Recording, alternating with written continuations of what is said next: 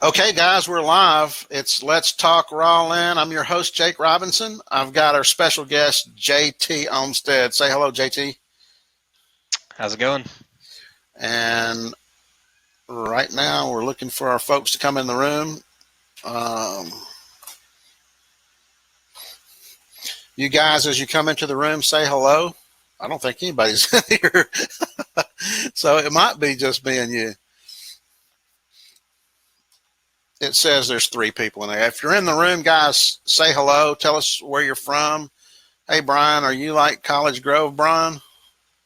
If it is, that's my neighbor. Lives right around the corner from me. Okay, Tamara Hendricks, hello. Jason Elliott, he's my partner in crime and prepping and beekeeping. Watching and waiting tornadoes. Yeah, I just saw a post on Facebook from Jack Spirko saying that there's like 18 states or 18 storms coming through the area. Yeah, Brian. Okay, he's another beekeeping buddy. We're all beekeepers. Mark from Houston. Good to have you on, Mark. Got a few more people in the room. Say hello, where you're from.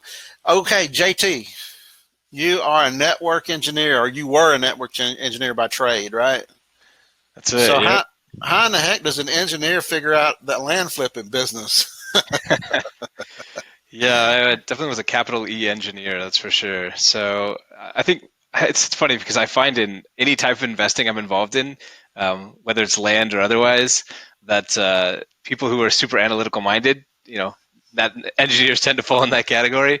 Seems to be the right group to find yourself in. So I kind of stumbled across it via some financial groups I'm a part of, and once it came across my desk, I was like, "Man, land, this is ridiculous. This can't possibly be true." But here I am.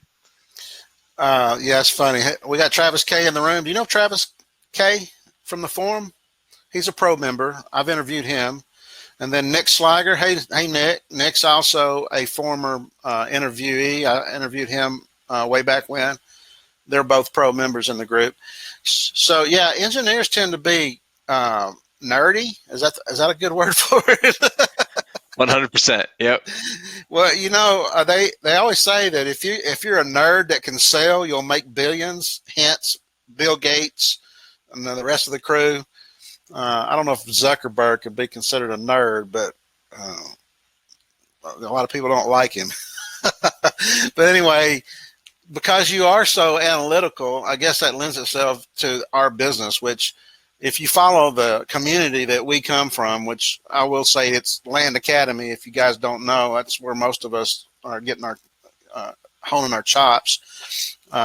They kind of not jokingly, kind of, I guess they are serious. It's like we're in the data business, and we happen to buy and sell real estate.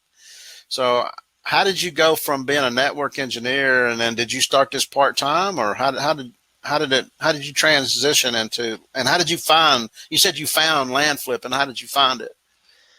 Yeah. So I guess first and foremost, I'm really an investor more than anything. So land just happens to be this nice thing that has great return and like reasonably low risk. So I'm kind of really into any kind of investing I think that has fantastic opportunity, and I just can't seem to beat land. Every time I keep going out to other investments and checking them out. I've been involved in investing at some level for, I don't know, 5 or 7 years since I really started my career. Stocks, individual stocks and bonds? Yeah, so I don't do a lot of individual, but I'll do a lot of index ETFs? investing. Yeah, simple stuff. You haven't done any Forex? I've dabbled in Forex, but no, I haven't really spent a lot of time on that. That's a good place to lose money. That's right. Yeah, there's a lot of that stuff. I'll kind of spend tens of hours of researching. I'll 20 hours, 20 hours of research into it, and then figure out, this just really isn't worth it to me. That's exactly what I found about Forex. I really wanted to do it, and I studied the heck out of it, and I finally figured out that it's a big ripoff. I literally found an ad that said, "This is how you can front run your." It was like an app that you could buy to build a brokerage. And this is how you can front run your customers by 4 minutes or something. So they were basically, when you take a Forex position, you're actually taking your broker's taking the opposite position. So how can somebody that's betting against you also be your broker? And I just figured out that was a big scam, and I got out of it. I never got into it, to tell you the truth. Hey, Daniel from Portland, Oregon. So did you ever get into cryptocurrency? Yeah, I have dabbled in cryptocurrency. I've been dabbling in cryptocurrency on off since probably 2013. Um, and yeah, I've made some money and lost some money, and I haven't touched Did it you in years. But did you get the big run up? no, I got out of it probably 3 years ago, kind of completely out. So no, Well, it's been interesting, but I got lucky on that. I literally bought two Bitcoins back in, I forget, 2014 or something like that, 450 a piece. And I bought them specifically because I was going to turn around and sell them to people who wanted Bitcoin and mark it up by 10 or 15%. Go through a website called Local Bitcoin. It's kind of like Craigslist for Bitcoin. So I bought those two Bitcoin. I was making my ad. I thought I better go check and see exactly what the price is, thinking, it might be 460, or it dropped to $200 like overnight. And so I said, screw it. I can't do that. I'll just hold on to them and forget it. And I did. I forgot about them until a buddy of mine was on a podcast saying that they're at $2,400 a piece right now, and there's about to be a hard fork, so you might want to take it out. I watched that go up to 20,000 for those two Bitcoin. I still have them. I never sold them, so really, I wrote it up and wrote it back down. yeah. When I first started dabbling, my buddy and I were working on our computers trying to get them to start mining Bitcoin, and it was like $12, $13 a coin at that point. So we, in hindsight, 2020, it would have been like, well, I should just thrown some dollars in that, but it is what it is. Well, there's the guy that threw away a hard drive, and then he realized he had some Bitcoin on it, and he went to it wound up in a landfill somewhere, and he went looking for it. But it was worth like 11 million the last time I checked. But anyway. Yeah, it is amazing what kind of crazy ventures there are out there to make money. So I've certainly spent a lot of time, thousands of hours probably, reading financial information, just checking stuff out. And kind of just when I came across this, I listen to a lot of podcasts, financial and real estate and otherwise. And one of the podcasts I listen to is called Fire Drill. They focus on financial independence. And I was listening to them last year, probably about this time. They had Mark Podolsky on, and Mark came on, and I think Mark pitched him because I kind of know the podcast creators, and they said, yeah, Mark pitched us to come on the show, and we said, oh, this sounds interesting because they're kind of always open to interesting ideas. And I heard him, was like, this is ridiculous. There's no way this is possibly true. So it's a couple of really frantic days later, I decided it was actually legit. And then I jumped, kind of looked through all the courses, checked out, Land Geek and Land Academy, and checked out RE Tipster. And after looking everything over, I decided to go with RE Tipster as my first course. So I kind of moved into RE Tipster and started into that process. And then it was just kind of like, craziness from there. But did you eventually go with Land Academy?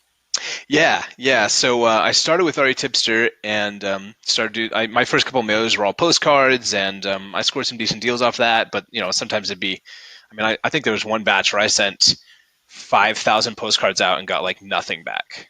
And so no deals out of it. Some contacts or whatever, but almost very few phone calls and nothing. And I was like, I'm just not happy with this. So because of a couple of reasons, I decided I wanted to get really serious about blind offers. And I liked the Land Academy style a lot for that. So I ended up going into the Land Academy program at that point, and I've been super involved with them since then. But so I kind of still in both communities. Well, Amy from the North Pole, there's no way, Amy. You got to be pulling our leg. Are you really from the North Pole? You got to be the furthest away listener or visitor so far. So when you moved over to Land Academy, is the reason you moved because of the 2-page blind offer where you actually zero in on a property size? Yeah, so the thing that convinced me I wanted to do blind offers instead of just kind of open-ended offers, whether they were neutral letters or postcards or whatever, was that I decided the one thing I hate the most about land is haggling on price. Just absolutely despise it. So I decided, I need to get away from this. I need to go to blind offers where I can literally just give them a price up front. That will pretty much be my price. And maybe I move it around a little bit, but like it stays really close to that. Because I hated being able to have to call people back and say, look, I can only give you X thousands of dollars for your property. And the vast majority of the time they were super not interested. It was a giant waste of my time. So I wanted to cut all that out by going to blind offers. Well, isn't that the problem with postcards? You're sending a postcard out, and you're not saying I'm going to offer you this much. You're just saying, "Hey, I'm interested in buying your property." And they're like, "Well, crap, I might want to sell it," but they always want retail, wouldn't they? Yeah, I mean that's the majority of the time, right? So the thing with neutral letters or with postcards is you're going in just trying to warm up a lead, right? So you're only getting Yeah. people back who want to sell, which really narrows the field for you. But then you have to be killer at conversion, right? If you're awesome at getting people on the phone and converting them to a sale at whatever price, then that's probably a great offering if you really want to hustle that because you can do really well. But I really just don't. I'd rather pay more for my leads and just Hmm. like start at a price point I'm happy with. If I have Right. to send 3 or 4 or 5 times as much mail to get in that the same amount of deals, I'm totally cool with that. Because I only deal at a certain price point, so it's like totally worth my money to go in at a more expensive price point just to come with a property that I don't have to haggle on. When you say more expensive price point, are you talking about for the mailing itself? No, The no, no. cost I of mail? mean, my minimum for land purchase. Okay. Yeah, it's probably 10 or 15,000 is my minimum, like my low end, and I go up from there. Is that what you're wanting to pay for something? Right. Okay. And is that just to give you enough meat on the bone that when you sell it, you can make a chunk of money versus dealing with a low priced property? Yeah, I've only dealt with sub $5,000 land once, and I'm still dealing with it because I just don't. I haven't set up my systems to handle that, so it's kind of been a mess for me. I don't know why agreed to buy it. It was just a weird circumstance, but it's. I mean, Or I what? built. How weird was it? I mean, was it just a fluke, or did you actually approach this person? No, I sent them some mail on some property, and it was kind of a mistake, honestly. I give a great example of like what didn't work. I uh, I sent some mail out, my first infill lot mailer to Arizona. I covered everything in Arizona. I was like, I'm going to hit every infill that fits my criteria. So sent out all this mail to Arizona. I learned through that process that I have to be much better at making sure I don't mix residential and rural zones. So I hit a whole zip code, and there's a whole section of it that like selling like hotcakes. It's a great area, but then there's like this whole other area in the same zip code, super rural. So I ended up mailing these people for infill lots that were like 30 times or more what they're worth. Oh my gosh! So I had great response. People were super excited to sell me their property, but that wasn't happening. So through that conversation, someone came back and I was like, yeah, there's no freaking way I can give you, at that point, anywhere near that price. But we agreed on a price that I thought was reasonable based on some comps. But, in retrospect, I should have gotten it even lower, like much, much lower. But I just never deal on that low end. Everything's always like title only, escrow, and I only deal at like this price and more. So I don't really, the margins of like $1 or $2,000 is like, yeah, that's just whatever to me. Because my margins are always large enough that I can just wave my hand and it's fine. But when when your land is only $1,500 or $2,000 or whatever, then it's Hmm. that's you can't do that. So I want to welcome Scott and Denise. This is their first time. Thanks for coming on, guys. I hope you enjoy the interview. So, did you figure it out when you got the first phone call back and you said, "Oh, let me go take a look," and then you said, "Oh crap, what is this?" yep. From then on, I think there was one street in there that I think I must have got like a third of the people on that street called me back. Holy cow! So it was, yeah. I started knowing that as soon as like the come through or response would come through, or at that time I had Pat Live, so Pat Live would come through and I'd see an email pop in. I'd be like, oh sweet, oh wait no, like that's like it's not gonna work. It's Would just it, because but you mentioned infill lots. Were you doing it? Were you mailing for infill? yeah. So this was probably late last year, beginning of this year. I've been doing mostly infill lot mailers, just kind of testing the waters and trying stuff out there. Because again, I really just been trying a bunch of stuff like kind of around. So I've been mailing a lot of infills. And I think I mailed all the infills criteria that I mailed all of the infill lots that met my criteria in Arizona, Nevada, Utah, and Oregon. Holy Um, cow! How many was that? it really wasn't that much once you whittled it down to like the stuff you actually 20,000. wanted. Yeah, it was probably 15,000, 10, 15,000. Okay. So And so you should have got what, 3 deals out of that, maybe? yeah, ish. Yeah. Did you So get? Did well, no. So I have one deal that I'm still working with Arizona that I think will probably turn into something, but it's a long process with that is guy that because the he's one you just foreclosing. tell me that you're waiting on the closing for? No, that's a different Oh, one. Luckily, okay. yeah. So, do you like infill, or has your experience so far led you back to rural properties because of maybe the numbers are slimmer? I like infill, but I am still being led back to rural properties. I think I like rural better. In fact, I'm pretty confident I like rural better based on my experiences so far. Um, because I think it's just there are a lot less gotchas in rural. You can hit some really big stuff and make sure, like, the floodplain doesn't destroy the whole thing, and zoning is clear, and you can hit some really big rocks and know you're good on a rural piece of property. There are so many, especially info lot inside of a city, like a proper city. There are just so many gotchas that you can think you have everything. Come to find out, there's this one interpretation of a particular type of issue that makes it like almost unbuildable or completely unbuildable. And that's why they're selling. That's Well, why they're yeah, all willing to sell, maybe. Well, yeah, potentially, yeah. did you buy the report that that was say Mark? What's Mark's name? Dadgummit. I remember Mark's last name, but yeah, info reports. Marshall. Yeah. Marshall. Mike Mike Marshall. Marshall. Sorry, Mike. Yeah, he was. I'm gonna have him on soon. But did you buy that report? Yeah, so I've bought 3 different info reports, 2 for info lots in Portland and 1 for some larger property that I knew people were going to want to build on outside of Portland. Did it? What did it? Did it provide what you thought, or did it illuminate? Did it give you a green light, or did it send you in a different direction? How did that work? Yeah. So it's kind of a mix. Honestly, to be honest, it's a little bit of a mixed bag. So it's been really helpful in that when people come to look for the property or they want information on the property, being able to hand over that report has been like fantastic, because I can just give them all these details they want and information. I'm like, hey, here's like a 25-page report on the details around building on this property. People love that, especially realtors. They're like, I wish everyone had this. So being able to provide that for an info lot is super valuable. Even providing it for this more rural piece that I have that I know people want to build on long term, super valuable. So I've certainly got my value out of that at the price point. It's also kind of like come through and saved my bacon a little bit, because there was a property I almost bought on the east side of Portland. Got an infill report and it matched everything I had gotten from the county, but they had the utility maps really clearly marked on there. And when I went through them all, I realized this doesn't, like, I thought there was water and sewer in this road because it looks like there should be. Come to find out there's not. And talking to the city, I said, okay, well, it said, you're probably want to double check on this and follow up in the city and see exactly what they would require.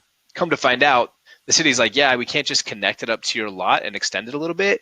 We're going to have to run the whole road and you'll have to pay for it. So all of a sudden, it should have been like a $20,000 or $30,000 connection fee was now a $100,000 connection fee. And that was not going to happen. So it was like, well, this makes it basically unbuildable because no one's spending $100,000 to cut utilities to this lot. It's just not happening.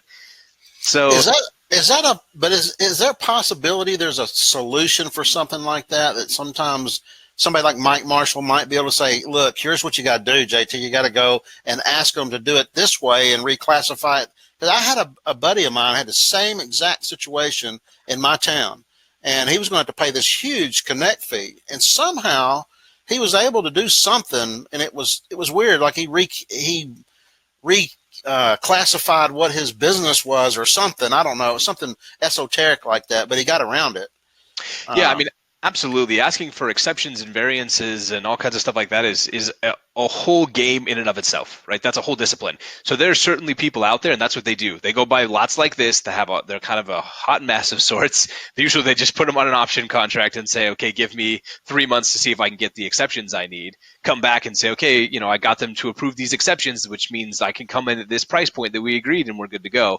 Or they come back and say, yep, sorry, they just won't approve an exception that makes this worth it at any price, unless you're going to pay me $50,000 to take this property, I just can't buy it, Right. Well, let's back up, because this is something you're doing more recently. What year did you get into the real estate land business? I've been in land for like a year. So I started in June of 2018. Holy cow. So you're a newbie in land, but would you say you came to the table with enough understanding about investing that you hit the ground running, or how did that work? Yeah, I mean, I've spent a lot of time in investing in general, but not in land specifically. I've also spent a reasonable amount of time in real estate in general. So I had enough adjacent information to know that when land came across my desk, that I was kind of shocked at how good it was. And once I, again, validated that wasn't some kind of pyramid scheme going on that I basically doubled down. I was like, this is ridiculously good. There's no reason I shouldn't move a bunch of my assets into this because it's fantastic. Like there's just so much opportunity here. Why am I not like putting everything, So knowing what I knew from the other disciplines, it made it really obvious that land is something I should be very serious about. And so I effectively was. So tell me about maybe your first deal or two or three. What did you go for when you first started out? Yeah, so the first couple of deals that I had going on were interesting because I actually sent a bunch of postcards out, got some responses, and then when the responses finally came back, I only sent maybe 300 or 400 postcards, so I was expecting maybe to find a deal if I was lucky. In retrospect, It was like way too little, and it was probably a bad idea. But it's my first mailer, so I was just like, all right, let's do this. I actually hooked up with an investor who called me back and said, hey, I've got 13 properties I want to sell, and I was like, that's crazy. Okay, let's talk. So I ended up kind of negotiating with this guy, coming to an understanding. We figured out, I kind of did the whole pro forma for myself, came to a price that we were happy with. And then I went out and they were all in Arizona. So I went out and drew. Your audio just wigged out on us. Your audio is totally gone. You may have to close your browser and come back into the room.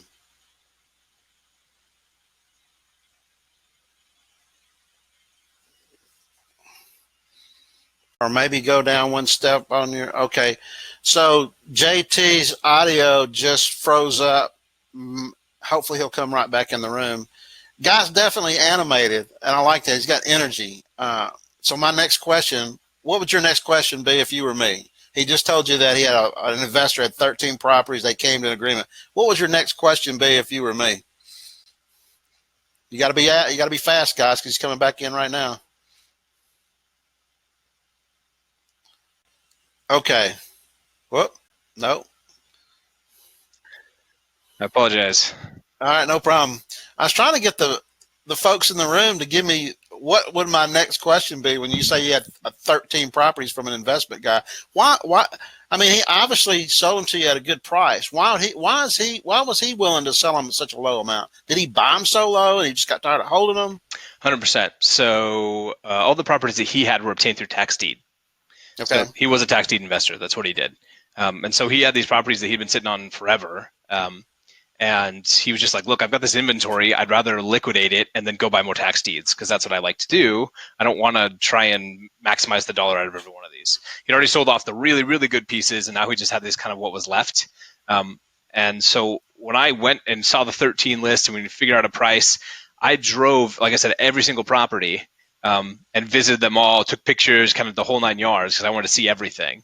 I did it like in this one giant loop over 2 days. And after finishing it all, like I went through and was like, look, I don't want, any of these properties for X, Y, and Z reasons. So, and I'm glad I did because some of the things weren't super obvious for me at the beginning, especially as a newbie. Like, I'd see something from a satellite view and I was like, oh, this looks great. Then you roll up and find out that it looks fine from the top.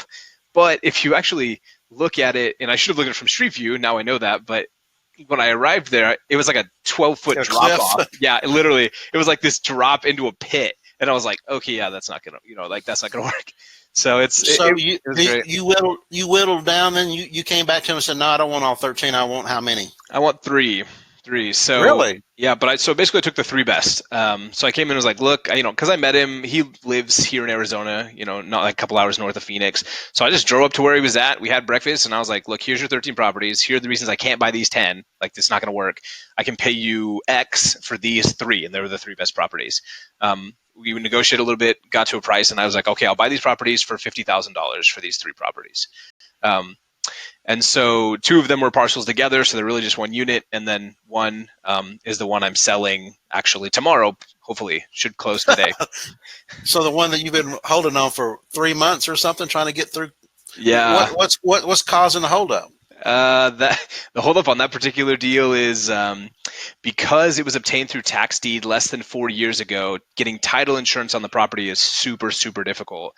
and the sale price is $85,000. So Because it is a tax deed property. Is that what you're saying? Yep. Once you get to 4 years in Arizona, you can find lots of title companies that will handle it, but especially 4 or 5 years or more. But before that, really, it's super hard. So we're going through Tax Title Services and Chicago Title, and those guys, they kind of specialize in this. So you can go to them. They can do pretty much any state, as far as I can tell, and or maybe not every state, but a lot of states. And yeah, I used Chicago Title in Tennessee on one of my personal residences. Yeah. So there's a particular branch that handles this kind of stuff really well, and so they will do deed properties. This like doubles or triples the cost of closing, basically, but it's well worth it if you're selling kind of property. So what's that property going to sell for? 85. And you probably got what, 15 in it, roughly? That would be fantastic, but no, I'm at. This is part of more parts of the story. I'm just talking about the purchase price, but then you've got other overhead, right? Yeah. So that property, when I split up the 50, I basically said, okay, these two parcels over here, I'm gonna like my personal value. I'm putting like I paid 20 for those and 30 for this one we're looking at right now. So I'm like 20 into this other property and 30 into the one we were just talking about. Since then, I did several things to the property, which brought my cost basis up to like 55. Yep. So I'm at like 55 into that property, and I'm selling it at 85. So not fantastic, but at this point, I'm super happy to take it. So because I've had it for 9 months. But that was your first mailer, right? Yep. Okay, so it's going to pay off pretty nicely on that. Yeah, for sure. And the other property sold very, very well. So that one, yeah. Mark's asking, what gave you the confidence to buy from an investor?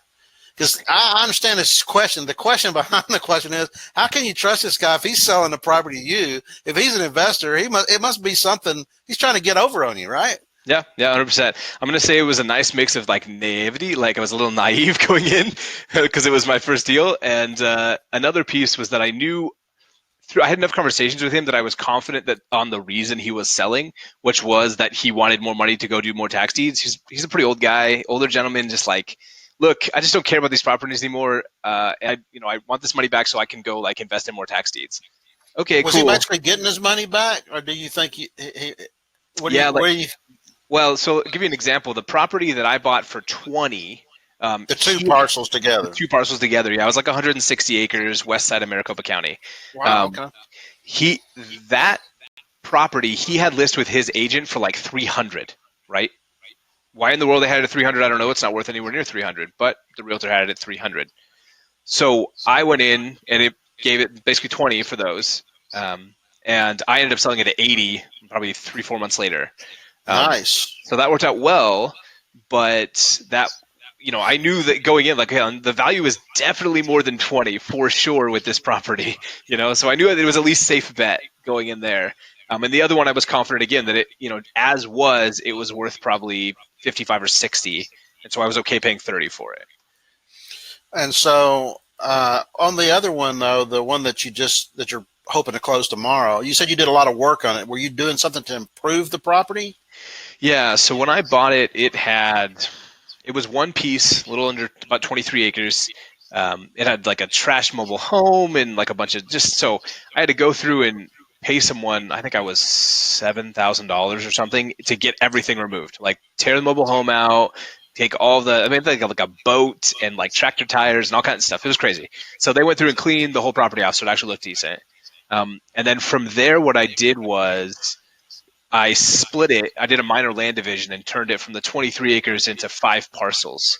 And then I rented some equipment and I bladed a road in, and then I had them install electric on the property. Oh, wow. So that's a lot. Yeah. So that's where the other 25 in investment came from, is because I was going through all this process of cleaning it and prepping it and whatever. And so I ended up at points where I finally got an investor, a buyer that was really serious, and he wanted 3 of the parcels, and I simply talked him into buying the other 2 as part of a larger package deal. So now he's buying all 5 in one shot. So if you had done it again, would you subdivide it? I don't know. If you did it again, I'm on the fence. If you did it again, would you do all those improvements or buy it? Yeah, so I wouldn't have done the improvements in retrospect. So I may have subdivided, but I probably wouldn't have put the road in or put the electric in because what Or cleaned it up even? well, I would have cleaned it up because it looked terrible. Like road appeal was like you drove up to that thing and you were like, what a mess. So So how did you wind up? How did it wind up being? How did it wind up being an unimproved? Did you mail to unimproved properties? Because if it had a trailer on it, even though it was trash, it would still be considered improved, right? I mailed him on a totally different piece of property. So I mailed him Ah, on gotcha. right. So he picked What up my else do you lead. have? Yep. So he's like, hey, I've got a bunch to sell, not just this one. I was like, all right, let's talk. So I actually mailed Gila County up, in Arizona. So it wasn't even in this county, totally different area. This is south of Phoenix. Gila's northeast of Phoenix. So it just happened to be one of the holdings he had. And so we went over everything. Gotcha. These are the ones I ended up buying. So in that county, do you have to have any kind of special permit to put a trailer on a property, or can just anybody do it if it's a rural property? I don't know as far as like landing the trailer and like setting it up. From a funding perspective, if they were to come in and get a loan on the property or a loan on a trailer on the property, I suspect you'd want to have that certified. The funder would No, probably require it. I'm just talking about, is it zoned for a trailer? Oh Or yeah, do you yeah, have yeah. to? So it's zoned for mobile homes or stick built or whatever. Because I know that Stephen Vitala loves mobile homes. If you already got a mobile home approved, he said I can sell those all day long. Yeah, And depending on where it's at. Yeah. okay, so the one that you're selling, the two that are together, you're just selling it as a package deal, or Yep. I sold those 160 acres to one person as a package. Yeah. I wouldn't want to okay. split them up. All right. So in the meantime, that was your first mailer, and that took a long time for that to come to fruition. What did you do next? We only got a year to talk about here. Yeah. Yeah. No. After that, it was really just a bunch of like, okay, I'm gonna try mailing here or try mailing there, and some of those mailers were just total bombs. I sent them out, got nothing back, or so the only other deals when I started doing deals after that, I think the next deal I did was actually a wholesale deal, where I bought it at 6,500 and sold it at 12 a couple weeks later. So not a bad deal, but so like, but it was kind of that's about as slow as I would go at the time. And since then, I've kind of moved up my criteria, but I was looking for deals to cut my teeth on at that point. Um, Right. So Scott and Denise are asking, JT, did you consider options for the rest, the other 10 deals that the guy had that were kind of stinky? yeah, I mean, I considered options, but I didn't approach him about it because through our conversations, it was pretty obvious that he wasn't really interested in probably pursuing that. Could I have pitched it to him? Sure. I just decided it wasn't worth my hassle. Gotcha. Have you ever done options on any properties? I haven't. I don't tend to lean towards options unless I think it's a fantastic piece of property and we just can't quite agree on the price. And I haven't gotten to that particular scenario yet. I Okay. have pitched some owner financing options and some other things like that to people, but I prefer to own the property if I market it. That's just my style. All right. Mark's asking, is there a minimum number of acres that you'll buy? Because you did tell me you had a minimum amount you want to invest in. Yeah, I'm not. I don't really matter about the size, honestly. I don't really care as long as the value's there. So how do you determine then what you mail to if your criteria is based on what you're willing to invest or spend? So your minimum is what, 10 to 15? Is that what you said? Right. Right. That's kind of my minimum. So really, I'm looking for something. Where does it start at 10 to 15? So if I go into an area and I say, okay, if it's 3 acres or less, it's going to be 5. Okay, then I'm not mailing something that small. I need to mail bigger. So I'll only mail 10 or 15 or 20 acres or wherever the price point starts that makes sense for me. So can you walk me through when you pick a county, or how you pick a county, and what kind of research you do to get to that point? What's the Yeah. steps look like? Yeah, I mean, to be honest, most of my mail in the last couple of rotations has just been infill lots. So that's really, I've been following that methodology pretty closely. And that really just adheres to the Land Academy strategy with some minor tweaks as to what I will mail and what I won't on infill. Rural, it's been several months since I've mailed something in a rural division because I tend Do you to figure you're mail. going to go back to it? Yeah, that's my next mailers. I'll probably send more mail out end of next month, and that will be rural. I'll target some rural properties then. So I Is it usually mail because a batch.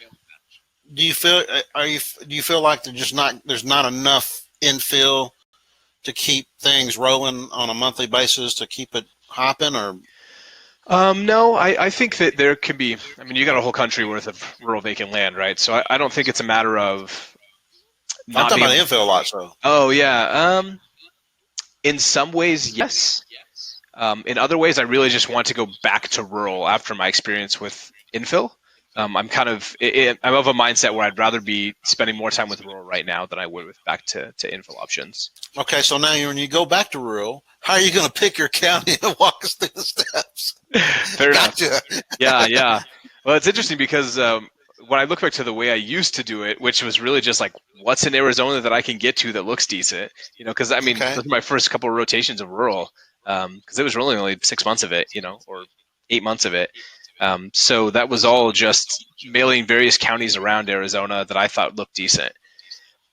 Now, when I go back to it, it will be what I will probably take is a more red, green, yellow approach to that. To So I'll rural. Okay. right to rural, at least different criteria, different sets, and I'm really gonna have to play with the numbers to see what makes me happy. But that's where I'll probably start. Is I'll start checking out counties. A lot of the criteria that a lot of people use, whether it's our tips or the strategies for identifying a county, or it's the Land Academy, it's kind of very similar, right? Whereas I'll be looking for something, 2 hours from a metro, and it's kind of I see that there's a reasonable amount of sales going on in the area based on those kind of zip code criteria, and then go in and start pricing it. I will probably be pricing it, and this is a lot more tedious, but I'll probably be pricing it at a section level, or what's the right term for that? That's what I was But about to ask if you were going to use more of the zip code or by. I mean, how granular will you get down, and how do you do that? yeah, when I'm doing infill lots, or have been doing infill lots, I've been honestly kind of shotgunning it, just the way I've been doing it.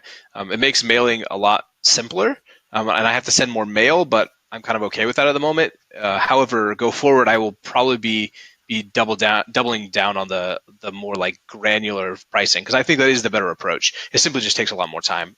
And before I quit my job, I just wasn't willing to commit that much time to really get in there and be pricing 5 pieces of property at a time, or 2 pieces of property, or 10 pieces of property, or whatever. So I would like to price it at a section level, because I mean there's certainly counties in Arizona and in other states where one section of the county it's $50,000 an acre, and the other section of the county it's $500 an acre. So Right. you just can't And shotgun that thing. how do you get down granular? When you say by section, are you talking about like a section like 640 acres as a section? Yeah, Or are you talking about section like zip code or? right. I don't know that section is the right proper terminology there, but I would boil it down to, depending on how the zip codes are formatted, to whatever like the second breakup is. So people often in the counties, right, they'll break it down to, in Arizona it's very clear, it's like 3 numbers, 2 numbers, 3 or 4 numbers, depending on what's going on. So I would just roll it up and say, okay, show me everything in this block that has, that will encompass this many parcels. And so I'll just price it at that level. And it will take a bit longer, and you can price pretty quickly based on adjacent sections and whatnot. But So that will, how long do you think it would take you to price something like that, you hours know, wise? yeah, I mean, last time I tried to start doing this, it was pretty involved. I really couldn't give you a good estimate, because I've never done an entire mailer like that. Okay. And you're thinking that's where you're going to do the next one though. It's going to be the entire mailer. Yeah, I will try a mailer or two like that to see. I really want to see. I mean, honestly, I just want to see how the yields are. Are the yields that much better when I get really granular, or are they really not all that much better? And I should just be spending more mail and shotgunning it. I don't know. We'll see. Do you have a percentage of the? How do you do? Do you pull up a X number of lots in an area and then take an average of that? How do you get to a price point that you're saying, okay, this is what I'm going to offer? It's going to be 35% or 25% of this number that I've come up with. Yeah, I typically shoot for. I take whatever I think. Like I'll take a snapshot, whether it's on Zillow or Realtor or whatever, and grab that section and say, okay, let's look at the stuff directly around it. Let me just grab a couple of examples here of recently sold comps, and then kind of temper it by what's actively on the market. and figure out what I think an appropriate like conservative price is, either per acre or otherwise. And once I come up with what I consider is a reasonable per acre approach, or per property, if there are enough comps at a certain size level, then I will take that and extrapolate it out to the section or the areas, the sections around it or whatnot. And then just kind of, I find that it makes for some interesting numbers, right? Which we like, as it just extrapolates directly out. If you just say it's, $1,357 per acre or whatever. And if I can go at that level, it really gives me confidence that that is what the appropriate market is. So I'll take whatever the appropriate market is, like a conservative number for that, and then at least cut it in half. Maybe cut it, down to 40%. Just depends. So of actual retail, I'm usually in at like 30-ish%, right? But 30. Okay. Yeah. Have you ever done anything like maybe an A/B split where you say, okay, I'm going to go in at 25% on half of these properties and 35% on the other half, and just see how many responses I get and how many deals I get, and just run the numbers and say, yeah, I'm paying more for 35%, but I'm getting 2.7 deals more per mailer than at 25%. Have you ever thought about doing that? Yeah, I certainly have thought about it. I have never actively done it. The problem I did it, but it didn't work for me. The problem I find with good A/B testing in mail is that you can't be sending 2,000 or 5,000. You have to be sending like 50,000 letters to realistically. When you talk to people who send a lot, like a serious amount of mail, like they have to be sending a ton of whatever it is, direct mail, not land specific, just direct mail in general. If you want to A/B test something, you can do it online all day because you can put circumstances 100% the same. They are the exact same website, and the only difference is X and Y. You can't do that, with something like real estate. It's just very, very difficult. So you have to be sending so much mail that you can actually feather out those granular details to ascertain whether or not they are providing value or they're, taking value away depending on what you're testing for. So I just don't think that we as land investors tend to send enough mail to really cleanly test that. I mean, if you can track those at a super granular level, I think that's awesome. But I just don't know you can really get really good numbers on stuff like that. I mean, if somebody tells me, well, Jake, you priced it too low at 25%, that's why you didn't get it kind of response. I'm like, okay, if I go back and I take every property that I have and I've got it sorted based on size, and let's say it starts at 4 acres, 4 acres, 4 acres, 4.2 acres, 4.4 acres, and then I go all the way up to whatever the largest one I have in my database, and I just alternate and say the first 4 acres I'm going to give 25%, the next one 35%, and then track those and see how many calls I get, how many hate calls I get on both, and how many actual calls I get where they want to sell. There would have to be some correlation there. I mean, if it's about the same, then it's about the same. I might as well go for 25%. But if there is, if it's a handful of more, if it's 5 offers on 25%, but 12 offers on 35%, and then to me, that would tell me that, okay, 35% is actually creating more reaction.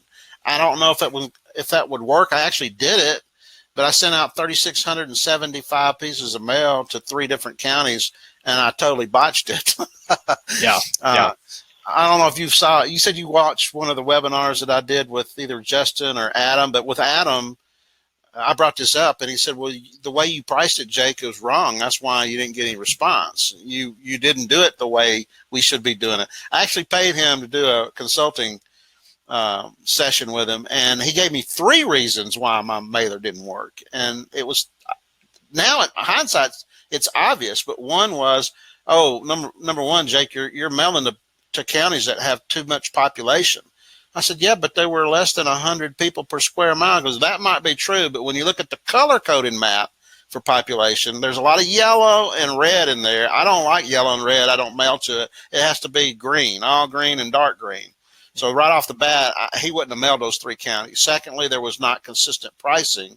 I didn't realize that was an important issue where you got 20 acres for $40,000 and 20 acres for $10,000. That doesn't add up. There's too much variation. And that might be where we get down to the granular pricing that you mentioned earlier, that you had this urban area and then you had this real rural area, and the prices were way, that's where I guess that comes into play.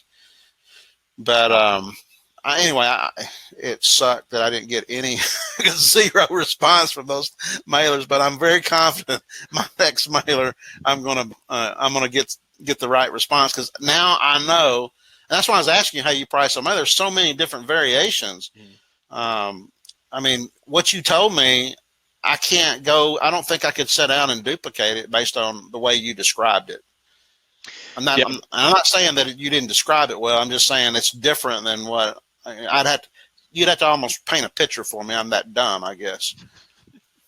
I think the amazing part is that even if you take a super shotgun approach where you're just like, you know what, I mean, we've heard Jack and Joe talk about, people shotgunning like everything in the state at the same price. Justin did it. Justin did it for $100 an acre, or maybe it was what's his name off of YouTube. But yeah. What? I know Luke Smith is notorious. Luke, yeah. He did that, and he's still buying properties. Yeah. I mean, I think that's the reality, is that you can absolutely shotgun stuff. Like, it happens, and you're going to get lucky sometimes, and that's fantastic. But if you're trying to really increase your yield, which is what we're talking about, by increasing like how good all the details about your mailer, like what if I do this kind of opening? What if I just do a one page? I was just listening to your chat with Willie Goldberg. He's like, I do a 1-page letter. Like, maybe I'll just try a bunch of 1 pages versus 2 pages. Like what's really going to increase the yield there? I think that personally, I'm not confident in making those kind of tweaks unless I'm mailing, like you said, split AB inside of the exact same county, like 5,000 letters and over 3 counties. And if I see a consistent pattern, then I know it wasn't a fluke, right? I know there's enough statistical data to back up that, yes, this change consistently increases yield. Cool. All right, then I should be doing that all the time. The problem is that's hard for us as land investors to come up with that much mail and track it that consistently to know. So it's just hard. I don't know if it's statistically significant or not with 3,600 pieces of mail. But I did color code it, so I know when a phone call came in, I knew it was from the 25% group, and I could track it pretty easily that way. Yeah, all I got was hate calls. Yeah. All right, so when we're laughing about hate calls, what is your funniest hate call you've ever gotten? I haven't had that many hate calls, because I pretty quickly come like January, so I'm like, 6 months in, I'm like, Pat Live, this is amazing, here's my money. So I didn't have to handle. Is that because you don't like answering the phone and getting hate calls, or do you got so much going on that you just had to outsource that? It's that I was willing to pay for convenience, and I really don't like hate calls or dealing with any of that nonsense, right? No. So the money for me was well spent just in the quality of life improvement. Forget the time back, because that's fantastic, but the quality of life improvement was marked to not be able to not have to answer my phone at whatever time, and to have somebody else answer that and just funnel me information. Super worth it to me. I'm still trying to decide whether you lose deals that way just because you miss out on because I've gotten a lot of calls from guys that are not hate calls, or just other investors trying to figure out what I'm doing, and sometimes it'll lead to a productive conversation where it could turn into an investment. So how long did you do this part-time before you went full-time? So I left my job last month, about a month ago, give or take. So I had been doing this for coming up on a year, and to be honest, leaving my job was less about my land business being like this pinnacle of achievement where it's like, oh man, my land business is killing it, I can quit my job now. Okay. It was less about that for me and more about being confident after the first year that land could produce. I'd seen enough that I'm confident the land's going to give me what I need. And so if I'm confident that land can deliver, then I'm going to take the other investing and assets and other things that I've been building outside of land and start funneling them into land and making it my main priority. Okay. What did your boss think when you said, I'm quitting, I'm going to do land? My boss, when I told him several months before I left, because that's just how we roll. And he said, that's fantastic. I wish I was you, so my boss is pretty happy with it. Well, good. Are you a family? Are you a single guy? What's the scoop there? Yeah. So I'm married and I've got 4 kids, and I live here in Phoenix. So my oldest is 6. So I got a bunch of young kids. So was your wife as happy as your boss? Yeah, my wife was ecstatic. I was like, "Hey, I'm going to be home all the time." She's like, "That's awesome." Oh, that's cool. Does she work outside the home? No, she stays at home. Yeah, so it's been great. We just kind of hang out all day. All right, so I'm going to ask you this. You don't have to answer it, but so how do you? do you have a method? Do you take money out of your business? Do you funnel all your profit back into it? Do you have enough assets that you can live on? Or did you build an emergency fund, or how did you Yeah. make that transition? Because that's a pretty big step for a family of four plus a wife that doesn't work outside the home. Yeah, we don't, and yeah, we're not super low spenders either. So but so basically, I'm like, I love land, but I love land because it's a fantastic investment, not because I love land. So I've been so involved in investing and finances generally that over the years, I've just continually built my net worth up to the point where I had enough assets where I could say, okay, I can set aside this stuff as like my long-term continual growth, like retirement style money. I can take this money and set it aside as like what I need for the next year plus some buffer. And I can take this much money and put it into just land, so I've been able to, I had enough assets that I You kind of, geeked out as an engineer and figured it out. yep, exactly. So I kind of bucketed everything out where I know, okay, here's my living money, here's my land money. So I had funneled a lot of money, hundreds of thousands of dollars into land that I've been building. And I've got land everywhere from $1,000 for a piece to $100,000 that I bought for a piece. So I've just got this spread of land right now where I'm just working on. I'm not even actively sending mail. I'm just working on bringing that down to put more money in my coffers to go back out and buy more. So you're trying to sell, you're trying to market and sell what you've got in your inventory. Right. So I'm doubling down on my marketing. I'm really focusing on follow up and leads and on as much as I can to get that property moved. Because that's my goal is to, even if the margins weren't as much as I was hoping initially, I'd rather get that money back and go back to a different investment right now. So back to velocity of money versus spending a lot of time improving the property. How many properties or deals have you wound up doing in this first year of business? Not a lot. I think I've done 16 properties total that I've. What does that represent equity wise? My total equity is probably a little over $200,000. Nice. In just like land purchase side, and then the sales side is just a mix of like some of it's just cash or whether it's or terms deals. What I'm looking for. So, have you done any term deals?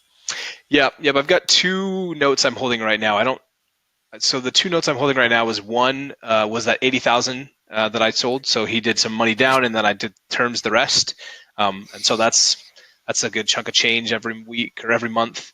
And then I've got another deal I did that's like 200-ish a month. So I've got some terms coming in. Do you want to do more term deals? Is that a game plan for you, or is that just if it fits? Yeah, I think if the property sits for a while, I will kind of I'd prefer cash.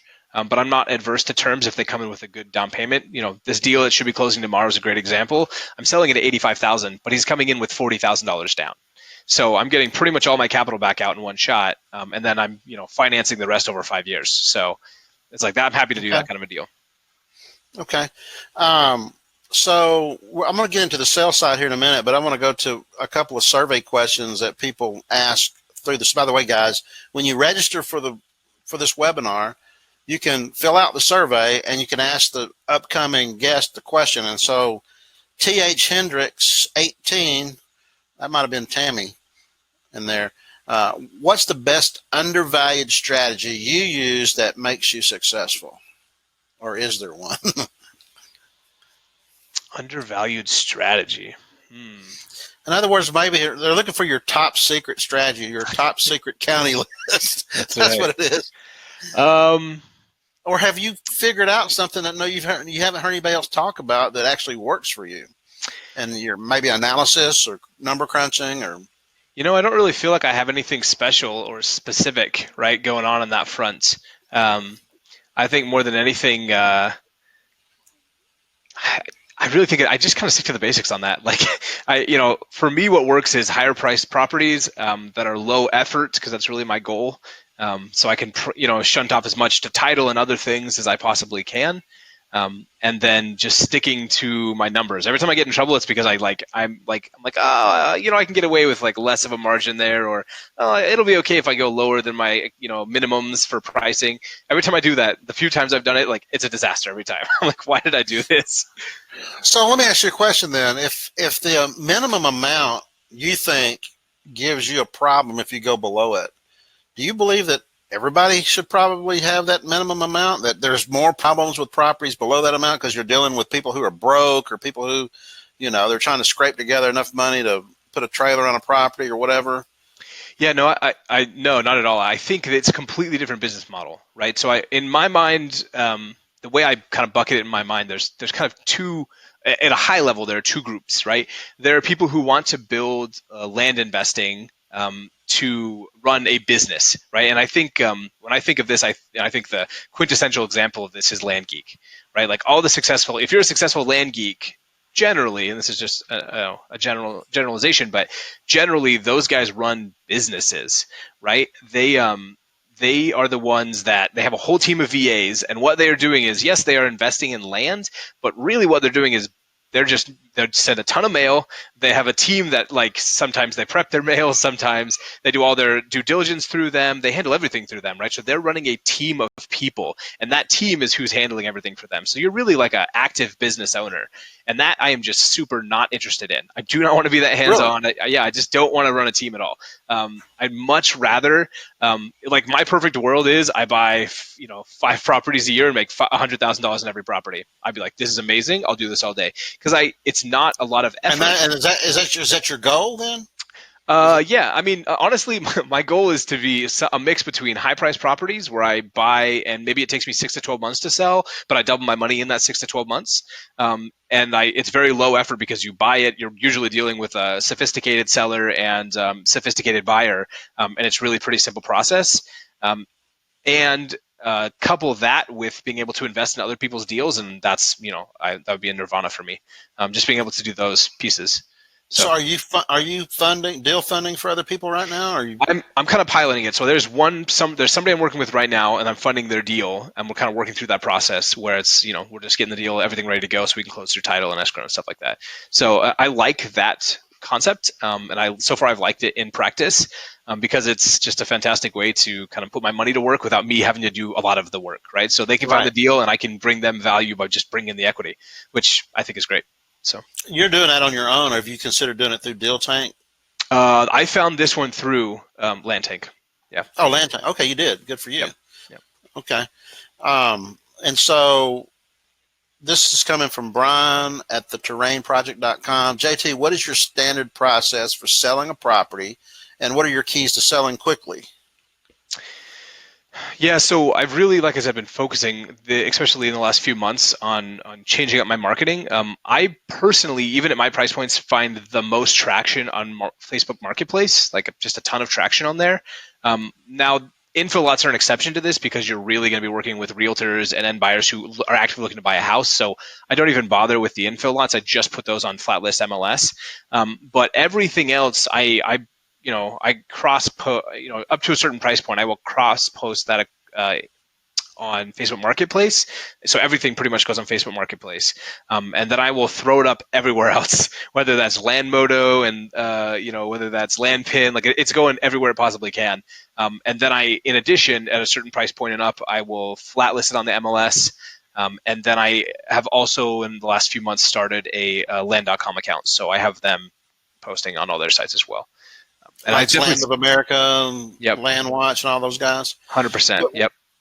Now I found that I did a MLS flat listing, and it actually did post it on LandWatch for me as part of the deal. Yeah. I'm wondering.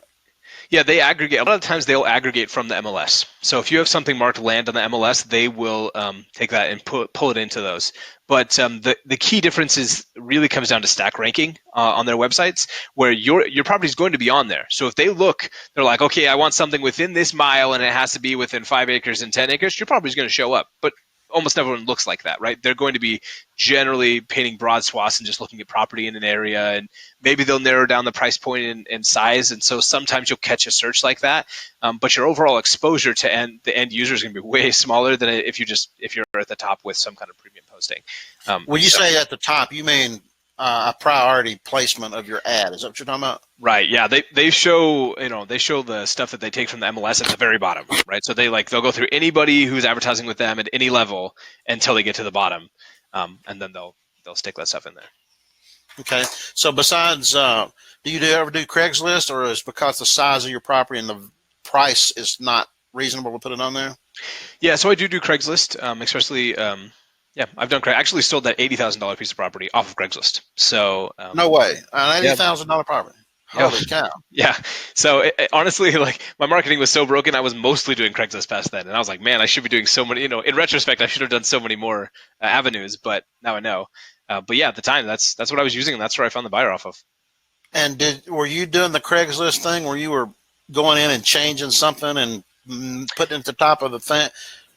Yeah, so I actually I use a whole strategy. Craigslist for Land Investors is the course. So I Oh, just there's a submitted their course on it. course. Yeah, there's a couple different platforms that will really help you figure that out.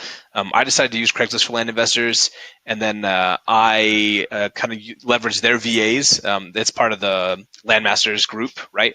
So I use their VAs to post my Craigslist stuff. So I just have them do all that because I don't care. So like I'm like, here's the information, go put some ads up. What about what about dressing your property up for marketing? Do you have photos taken? Do you have drone footage? How do you do all that? Or are you starting to do that? Yeah, so to be honest, to date, I have looked at every property in person, with the exception of one info lot that really didn't need extra pictures from me. So I will go take pictures myself of all the properties, and Okay. they're pretty solid photos. I mean, they're not like super high quality, but that's really not, they're decent quality photos. I have had drone videos done of some of the properties, and I may still do them in other properties in the future. I certainly would consider it. But so yeah, I think they add value, but it just depends on the property and what it's like in the market and whether it's going to stand out or it's expected, or it just kind of depends on what I'm looking at. Well, the second part of Brian's question was, is there any tips or keys to selling quickly? And I don't think you're not really dependent on it selling quickly. You're okay if it doesn't sell quickly as long as you get the margin on a bigger property.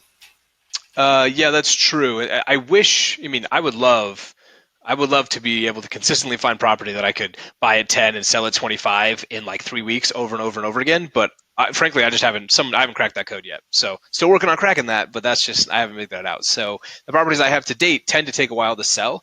But usually my margin is still there. It just takes a bit to get there. Um, so I think there's certainly better properties to be had. And you can certainly be more picky, which I plan to be in the future. But that's just kind of what it takes. So, I mean, once I'm in the property, I'm in the property. Whether I should have bought it or shouldn't have bought it, I now own it. So now I got to figure out the best way to sell it. And sometimes that's been taking a while, but I'm okay with that because the margins are still, in retrospect, very good compared to all the other investments I have. If it takes me a year to sell a property and I still kind of double my money, like wow, 100% ROI in 1 year. Yeah, that's still pretty freaking awesome. So. Uh, so are you doing? Are you writing all your ads and putting together all your marketing stuff, or do you have somebody that helps you do that? I don't do a ton of property, so I intend up doing it myself. If I could find Okay. someone to source that to, I would probably consider it, and I have considered outsourcing all of my closings and sales, but I haven't pulled the trigger on that yet. That's something I'm still toying with. So what's the difference in doing that and like having a team of people that you run herd on? So there would be one person I would. You're talking about the outsourcing? Yeah. There would Well, be you one. said earlier you didn't want to be a team of people that that you're an active business manager. Right. You wouldn't Right. want to do that. Is there anything? Is it different? Is that different than say outsourcing to a bunch Uh, of VAs or whatever? I wouldn't outsource to a bunch of, well, yeah, so I guess that's kind of the key difference. For me, in my personal opinion, it's acceptable for me personally to maybe have one VA or two VAs I work with where I just consistently outsource the same repetitive tasks. I don't really have to watch over them. We've gone over this process, and I've provided them a video where we've reviewed it several times, and so I can simply give them a task and get a result, and all I have to do is verify a result. That's it. I don't want to do that a lot though. So I want to be able to consistently know that I don't have to double check their work all the time. If I feel like I have to double check someone's work, I'm done. I just don't, at the beginning it's required, but once you get rolling with them, I should not have to double check their work. And if I feel like I do, then I'm in the wrong engagement. So you've used VAs up until this point I in your do, business at all? yeah. So I have one VA I sourced off Upwork that I use for certain tasks, and then I use Landmasters on the other stuff. And they pretty much, I have them just put me with one VA, and I use that VA for everything. Is that LandMasters? Is that Luke Smith's company? And I don't know that Luke Smith owns it, but I know that he was affiliated with it at some point, and I think he uses it actively. is Along with that the it's the guy same company that Howard? yeah, Is that's the that one that Land Howard Academy uses. Saunders? No, I don't think Howard Zahn just put that together. Oh, Okay. Yeah, All right. Landmasters is the group that Luke Smith and Land Academy both use, and then a bunch of other Okay. investors do. Yeah. All right. So Mark is asking, have you ever mailed the same county again, but with a higher price? I have not to date, but I'll tell you, I am sorely tempted on doing it with a county near Phoenix here that I've mailed, and I just super botched the pricing because I wasn't granular enough, and so I shotgunned it too much, and some of my prices were a handful of them were dead on, most of them were like super under or super over. So I would love to go back through and do that county again or the exact same mailer again, but with a much more granular pricing. I think I could do decent with that. So I haven't to date, but I would certainly something I consider. So Travis Keller, who's in the group tonight, and I interviewed him. He shocked me. He may not still be on right now, but he had mailed a county and realized immediately that he had way underpriced it. And he said the very next month he mailed that same county again, priced it correctly. I said, dude, that's against the law. You're not supposed to mail the same county twice, according to the wisdom. The conventional wisdom. I said, so did you get anything out of it? He goes, yeah, I got 5 or 6 deals out of it. So to me, that proves that it really doesn't matter. You can just mail again. The same person doesn't open the letter. Mm-hmm. The same person has a different mindset when they open the letter. Your pricing is probably going to be different the first time than it was. Yeah. So, yep. 100% agreed. Actually, I actually ended up doing a consultation with Stephen Butala, like around that same time for a related reason. I was asking him about this mailer because it was related to what we were talking about, and that was his recommendation. He's like, you really could just remail this with a much more accurate, more like specific pricing point. And yeah, I agree. I think it's in certain circumstances it makes sense to do. If you're like really, really off on that price, just mail it again, but with the right price. Worst, like you said, worst case, you're going to hit those people who pitched your first letter and they got another one. They're like, okay, what's this all about? And they open it, so. Right. True. So you started mailing around where you could drive and see the properties, but then you said something about Portland, Oregon. What made you go way outside of your state and in the nearby counties? Yeah, I just decided that I wanted to mail. And at this point, I was mailing primarily to infolots, and so I decided I wanted to mail a metro that I liked. And I knew that Portland was a solid metro, so I wanted to stay on the West Coast. I looked at the county, didn't want to start with California, and decided I ruled out Washington. So for the moment, so I just went for Oregon, and then I just kind of mailed everything in there. All right, and did you get anything out of that in Oregon? I got one deal that is a little bit of a disaster, so that I'm probably going to lose all my money on, which is really unfortunate because it's a really expensive piece of property. Tell us about that because we love train wrecks. That's such a train wreck. So I got a property back that was an infill lot in Beaverton, which is on the west side of Portland. Cool area, not a lot to build on. So if you want to build in that build in the area, you have to spec build pretty much. There's just really not a lot of options. So it was in a fantastic location. It was a very interesting lot. My dilemma was that I knew going in that there was going to be some limitations. So I got an infill report. They looked everything over and said, yeah, there's some challenges, but totally you can tackle it. Okay, cool. And so I double checked with the county, and that was pretty much what I heard from them. And it was like, great, cool. So I bought the property, closed on it, and I've been working on it for probably 2 or 3 months now. And I've been working with a lot of different potential buyers. But one in particular was a developer from the east side, and he was kind of, for a couple of reasons, delving into this property.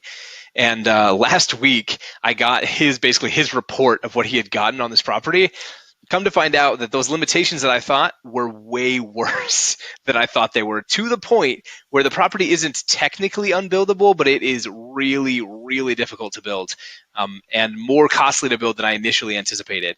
So what I thought was going to be like a buy at 40, sell at 100 plus is going to be a buy at 40, please give me 20 back. So you don't think you can get your break even out of that? Yeah, I'm not sure I can. I'm going to try. I've still got some strategies and some things I'm going to try to at least get my money back out, but I'm not confident that's happening. I'm mentally prepared to write the whole thing off as a tax write-off.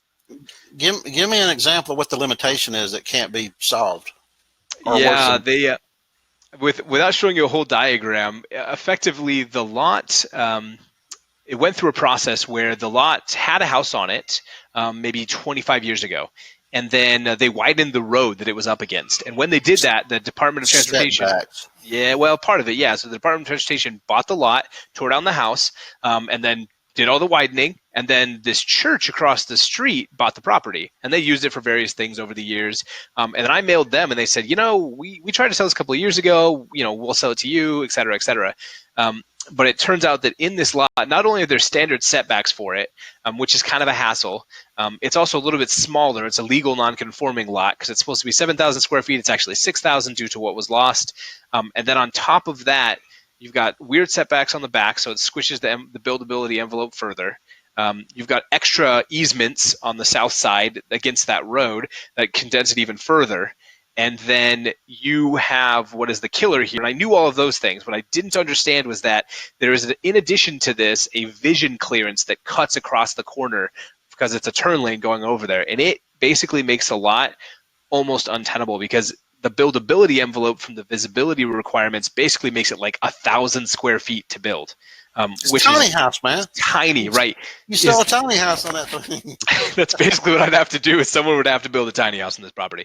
So they'd have to tiny house this property in the corner, right? And then the other trick is that in that vision clearance, you can't build anything. You can't build a half wall. You can put I think they said they'd approve grass. And that was it. So I'm not even sure you could put a driveway. I'm pretty sure they won't approve a driveway in this vision clearance. So you can't even park your cars in front of your house if you built 1,000 square foot house. So it is brutal. So are you saying that the vision clearance means the person in a car driving down the road has to be able to have a vision of what's coming up on a corner? Right. So they're turning right, and they need to be able to see across that corner when they go. So can you sell it as a parking lot? Maybe the church needs a parking lot. That's kind of what they used it. That's kind of what they used it for before. And that is actually one of my exit strategies. My first step to try and salvage this deal is I drastically fire sale dropped the price. I'm like, okay, guys, just someone buy this from me.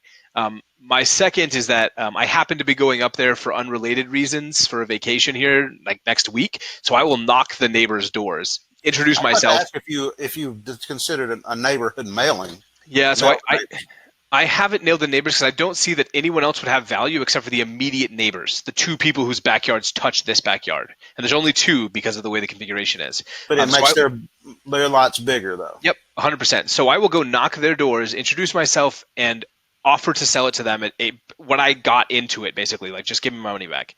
So we'll see how that goes. That may yield nothing. It may be perfect. We'll see. So that is one of my options for exiting. My other option is that I literally go back to the church and see if they're interested in buying it back at half of what I paid them for it. So they're in the exact same scenario, but another $15,000 in their pocket. They may go for that. Gifting it. Yeah, that's a tithe.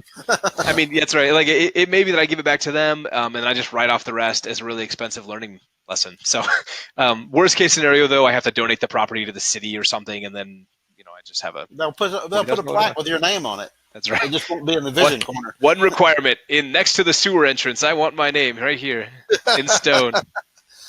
So, what's going forward? What do you see your business? I mean, where do you want to go 2 or 3 years from now? Because you've only been in a business a year, but you're confident that this is going to yield big dividends for you as a lifestyle and retirement style business. Where do you see it going, though, from as far as where you're sitting now and where you're going to be a year or 2 or 4 or 5 years from now? Yeah, so my only goal for the next 12 to 18 months is to it's pretty kind of shooting low, but my goal is simply to take the assets I already have in land, get what I can back out, right, and then go and turn those into enough income to support my living expenses and continue to grow my war chest effectively, right? So if I can turn that in the next 12 to 18 months, that's hitting my goals. But ultimately, say 3 years, 5 years down the road, what I would like to be doing is build the equity I have inside of my land business to the point where I can simply do what we talked about earlier, only buy 5 deals a year and make $100,000 in every deal. Because while you certainly can do a lot of fantastic buy at 10, sell at 20 or 25, and those are awesome. There's just a lot more involved with that, right? It's just a lot more turn, a lot more businesses, and it tends to be even a little more work than buying a more expensive property.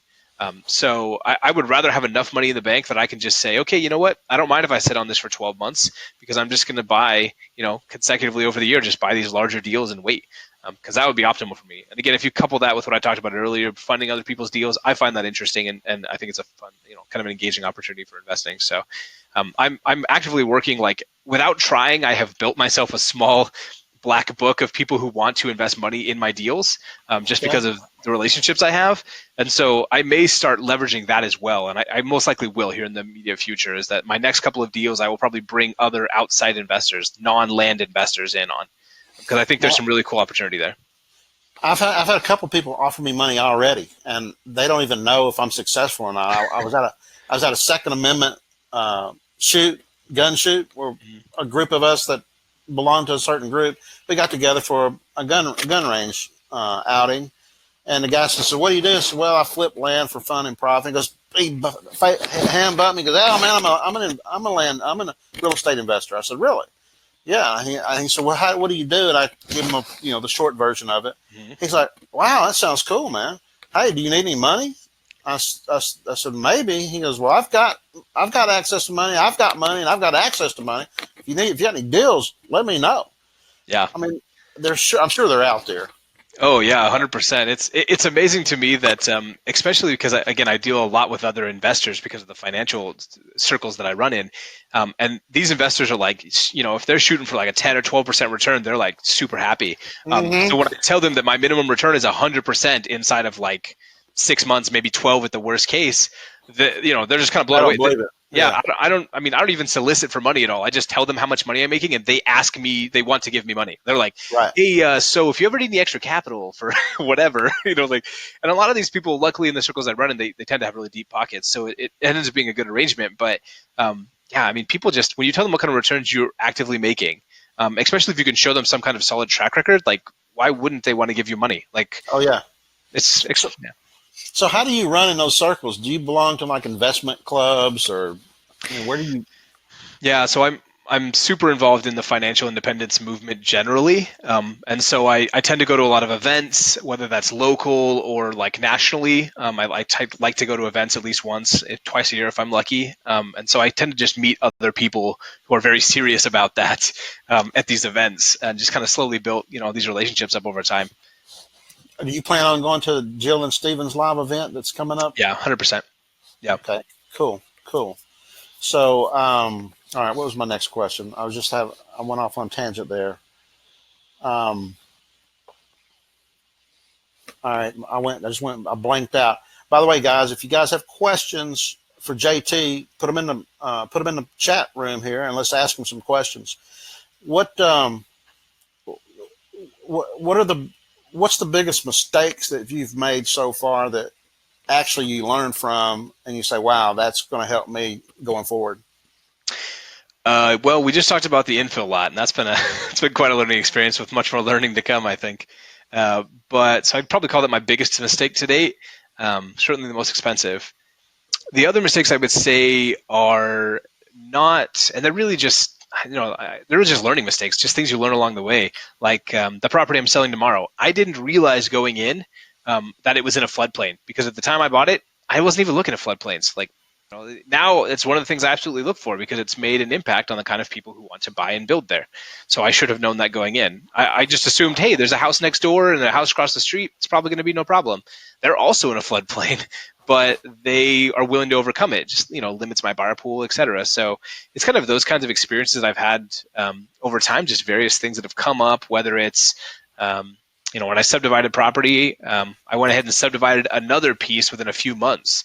And I realized in doing that was probably a mistake, because now I have 9 pieces of property in the relatively the same area to sell.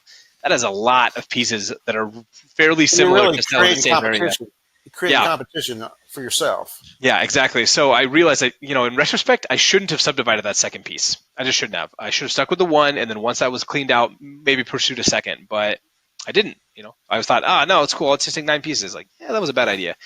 So in the future, I would certainly consider subdividing again, but I would not subdivide 2 pieces in the same area like that, not and create that many pieces. So. And you said that you were trying to get to this where you can maybe buy 5 properties a year, sell them for $100,000. What do you think about the House Academy and what that could yield? Is that appealing to you at all? I think House Academy is a really interesting venture, and I would certainly I may consider doing it. But only because not inside of this community. It would be like I would do this because I have other relationships for other real estate investors who do buy and holds, or they do whatever. They kind of do fix and flips like that. I would work with those guys and kind of funnel deals with them via this. But as far as frankly, I just don't like it as much as land. There's a lot more risk, in my opinion, a lot more complications. There's just a lot more going on. Where you buy a land, you can look for pretty much everything you need to up front. But if you buy a piece of like an actual house, if all of a sudden like you think it's only 20,000 repairs, but X, Y, or Z comes up, then all of a sudden it's a lot more, and that offer price is nowhere near good enough. I mean, it's hard to spot some of these issues. So. Well, that's basically what Jill and Steve are trying to avoid, isn't it? Isn't that what they're basically, look, that's the flipper's problem. Our job is to buy it so low that we can sell it to the flipper at the price that he was going to buy it at anyway. And we just find the deals for him, and we make our 20 grand, he makes his 20 grand, but they're the ones that are going to deal with problems. Sure, certainly. But the dilemma is that you can't simply go in on a $250,000 piece of property, a house, and offer them 50 grand to make sure you have a thick enough margin that nothing possibly could go wrong that would price you out, right? So you have to go in at a price point that is going to be reasonable enough that they'll accept, and isn't going to, you're going to hope.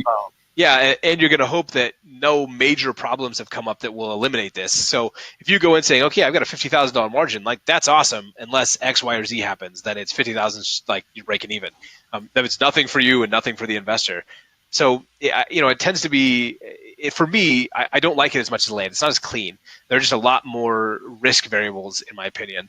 So I think it can be a great market, especially for someone who really wants to focus down on that, and they know a metro really well, and they just mail because you can mail a ton of letters just on houses. There are much more than vacant land inside of a metro area. So you could really focus in. If I wanted to, super focus on the Phoenix metro and really see what's going on there, like that could be really interesting.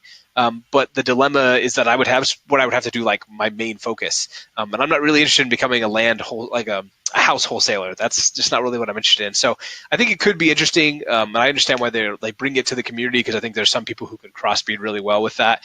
Really, I think they're targeting it in a whole different section of real estate investors and flippers. Oh, they are. It's a whole different website, a different membership, the whole 9 yards.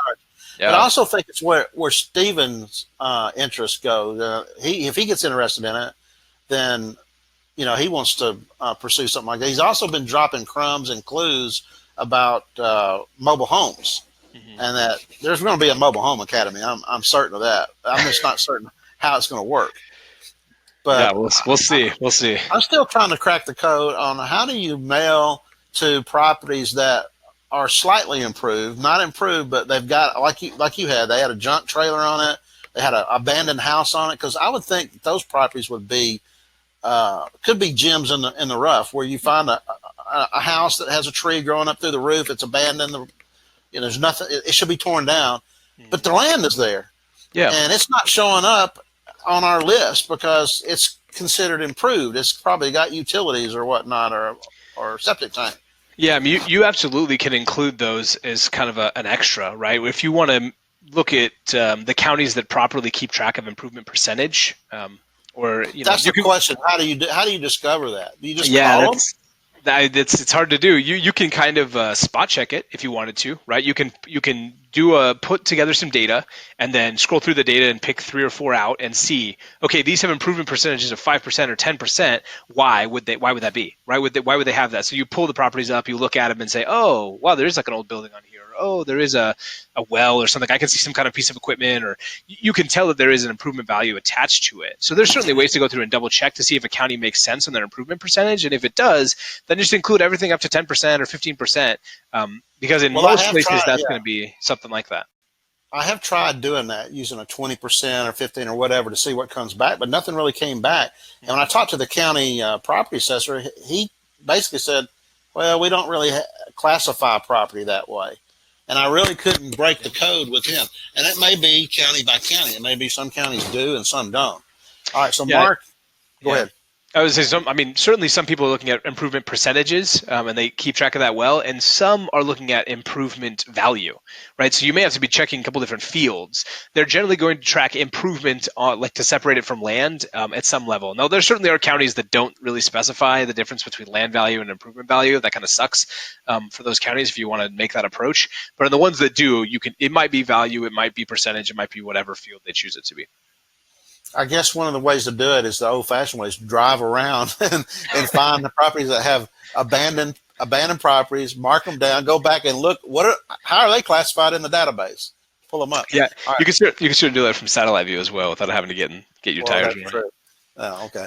Mark says, do you get investors to put up all the capital for your purchase, or do you put up your own personal capital?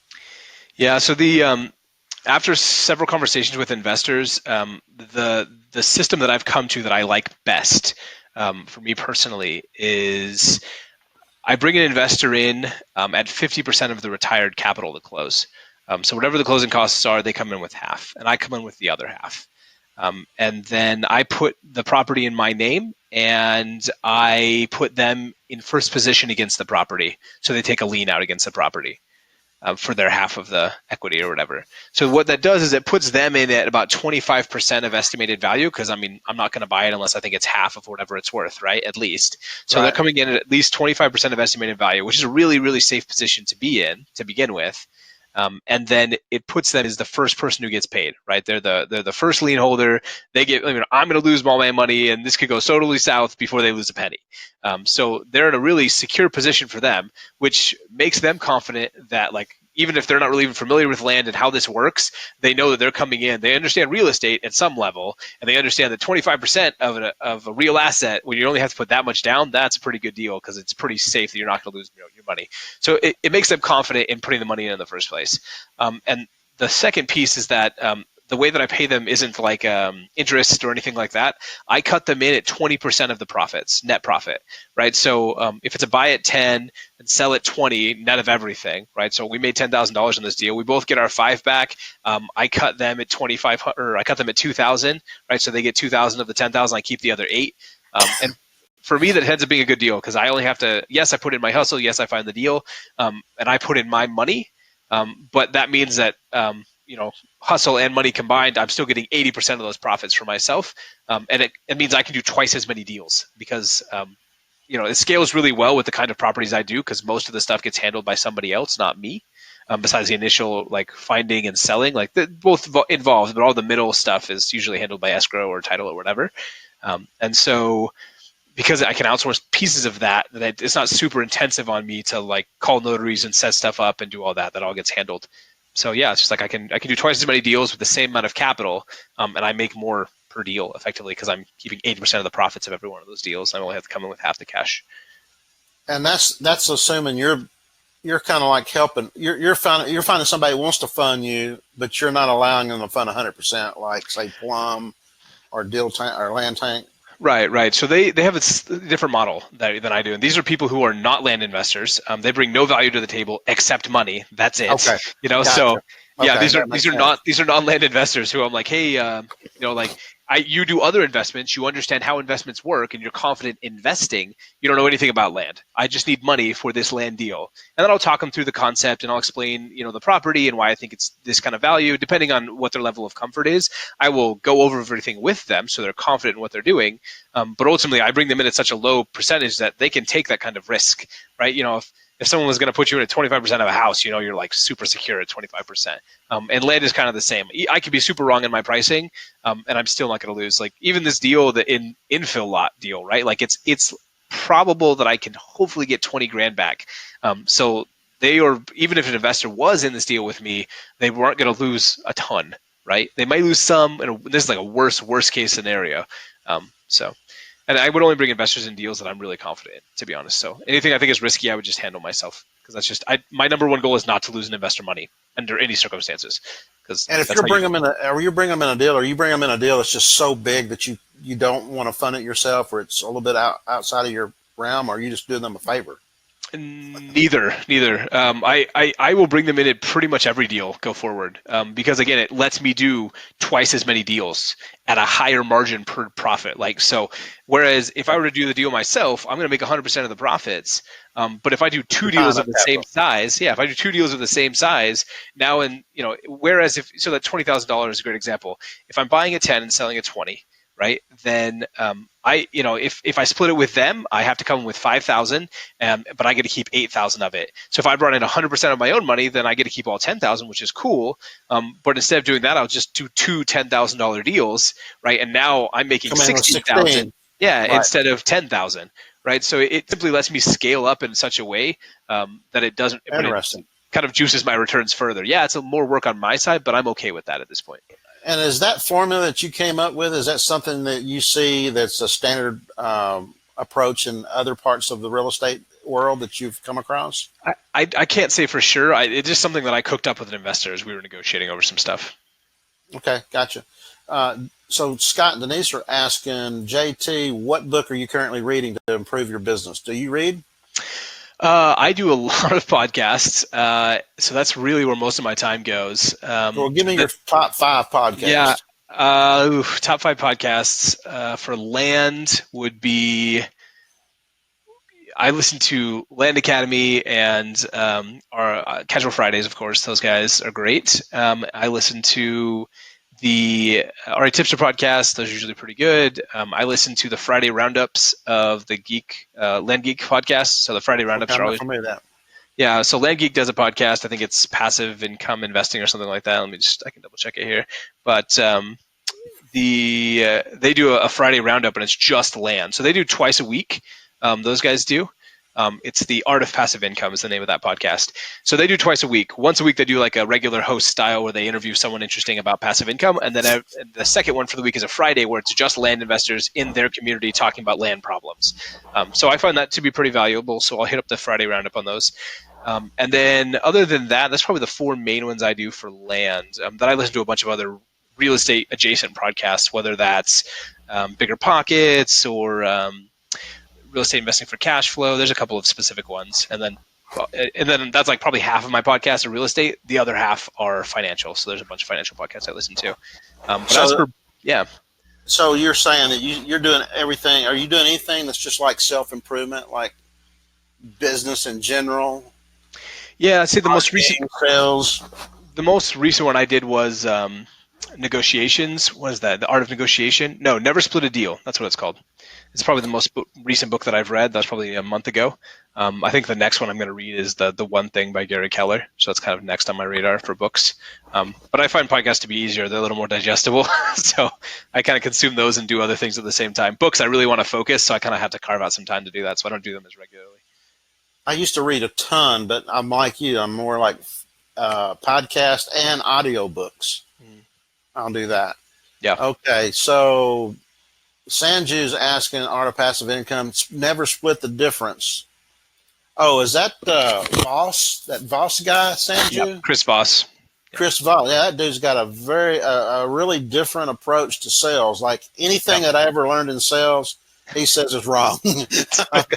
It's a really interesting book, that's for sure. And yeah, I listened to everything at like 2x speed, so I think the book was like Yep. 3 hours or something. So Well, I actually I was on the way to an event on Saturday. It's about a 2.5 hour drive, and I'll listen to one of his podcasts on my YouTube. No, it was a YouTube thing where he was talking to some real estate investors, as a matter of fact, interesting. on how to sell. So yeah, I just got introduced to him. Cool. So from a self improvement standpoint, do you feel like there's something that you need to learn to get to the next level? Or is it just a matter of executing at this point? Yeah, I think executing is certainly the best part. Excuse me, executing is certainly the best part, right? Like that's the hard part. That a lot of times you come to that point where you like, okay, I know the answer to this question, but do I have the discipline to actually execute on that answer?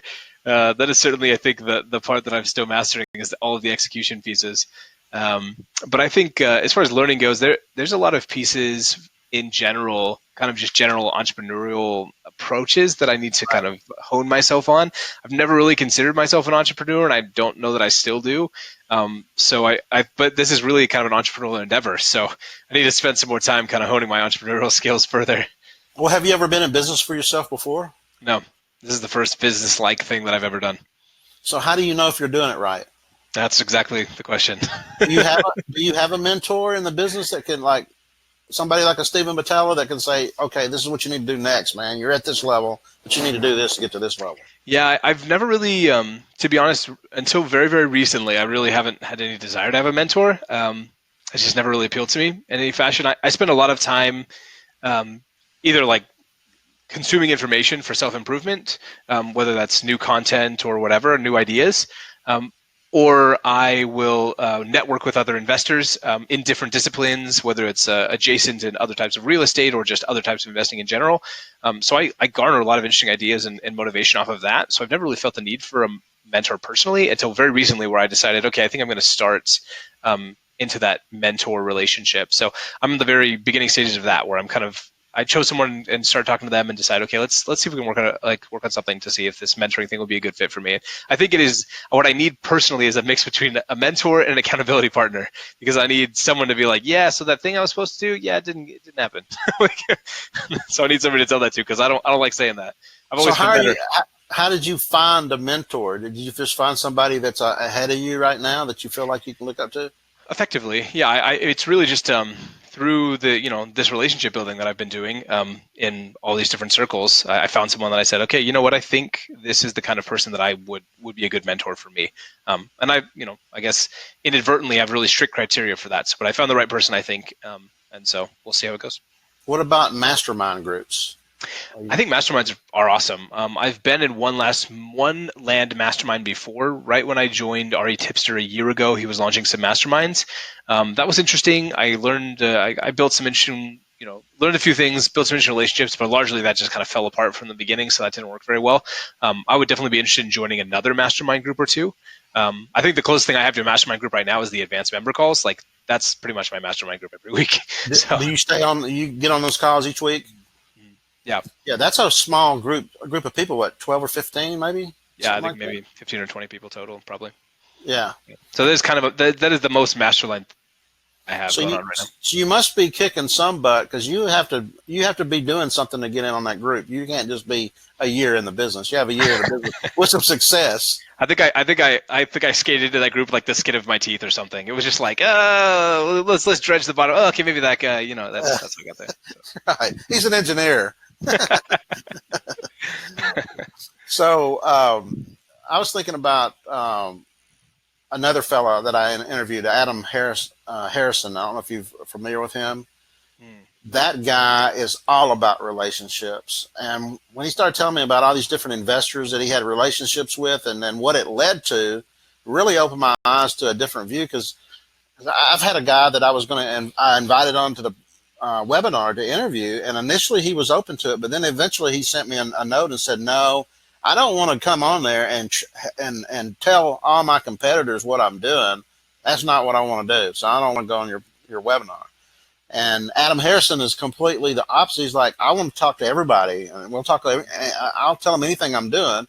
And he's built a lot of relationships with investors all around the country. And then when there's an issue or something going on, or if he needs his back, scratch somebody's back, they scratch his back, and it's really leveraged him big time to be able to do a lot more deals and do new things that he would have never been able to do before. So I think go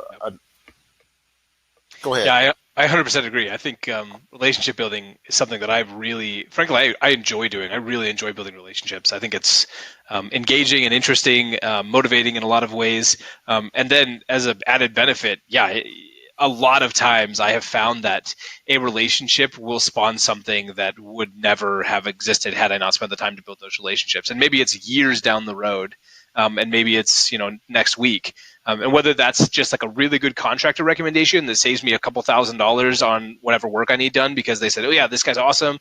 They'll get it done quickly and at a really good price. Like, oh, I never would have come across them without your suggestion, and here it is. It falls into my lap because of these relationships I built. Or it's partnering on a deal and all of a sudden I'm making another 20 grand, So there are just so many opportunities that exist in relationship building, and it costs you basically nothing. Some time, certainly, which is valuable, but I find the value always comes back to me. So if you've never been an entrepreneur before, how do you handle bookkeeping and keeping track of the financials and keeping track of the information? Do you have a system for that?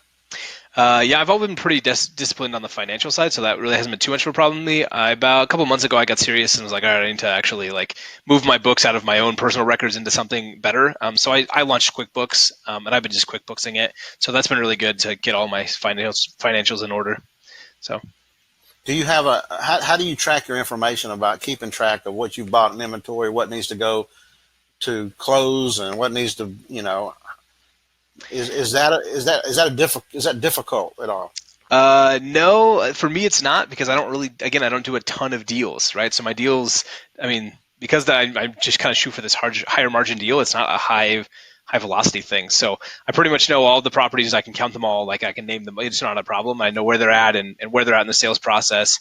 Okay. Could I gain more discipline by moving that into a proper CRM and making sure that I don't miss any possible lead follow-ups, even though I think I get pretty much all of them. Maybe I missed a few, or maybe I should have followed up sooner. Would that be valuable by moving into a CRM? Absolutely. I think there would certainly be value there. But I just haven't gotten to a point yet where I really feel like I need that. So I haven't. And I know you say you do a lot of reading and listening to financial stuff. What about, are you familiar with the E-Myth by Michael Gerber?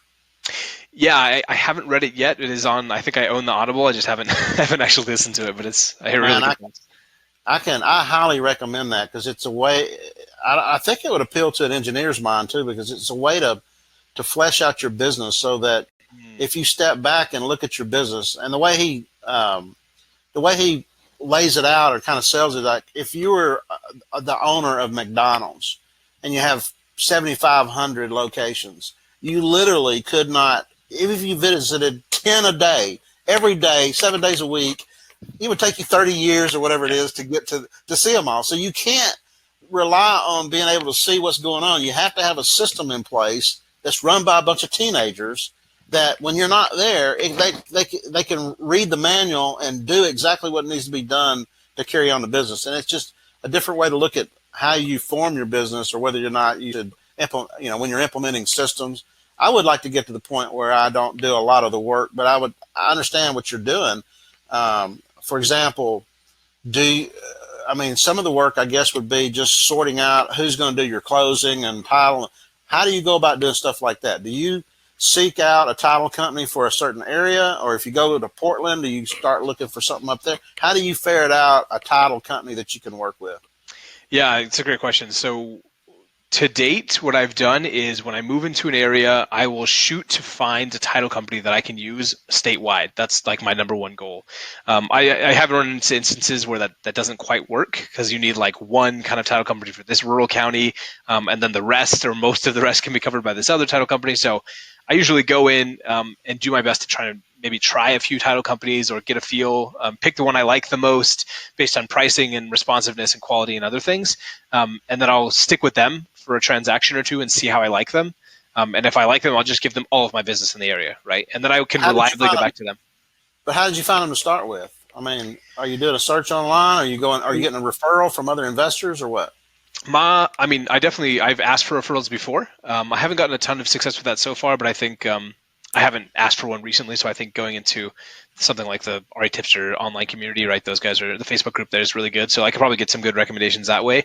To date, mostly what I do is go to online resources. So I would go to Google or some other platform and look at all of the stuff in the area, and then I'll call several of them, get a sense for their pricing and how they handle the transaction.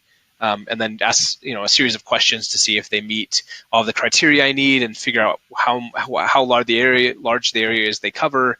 Again, kind of meet all these criteria. If I find I narrow it down to the ones that I know that meet my pricing criteria and my transaction criteria, then I will pick one and go with it.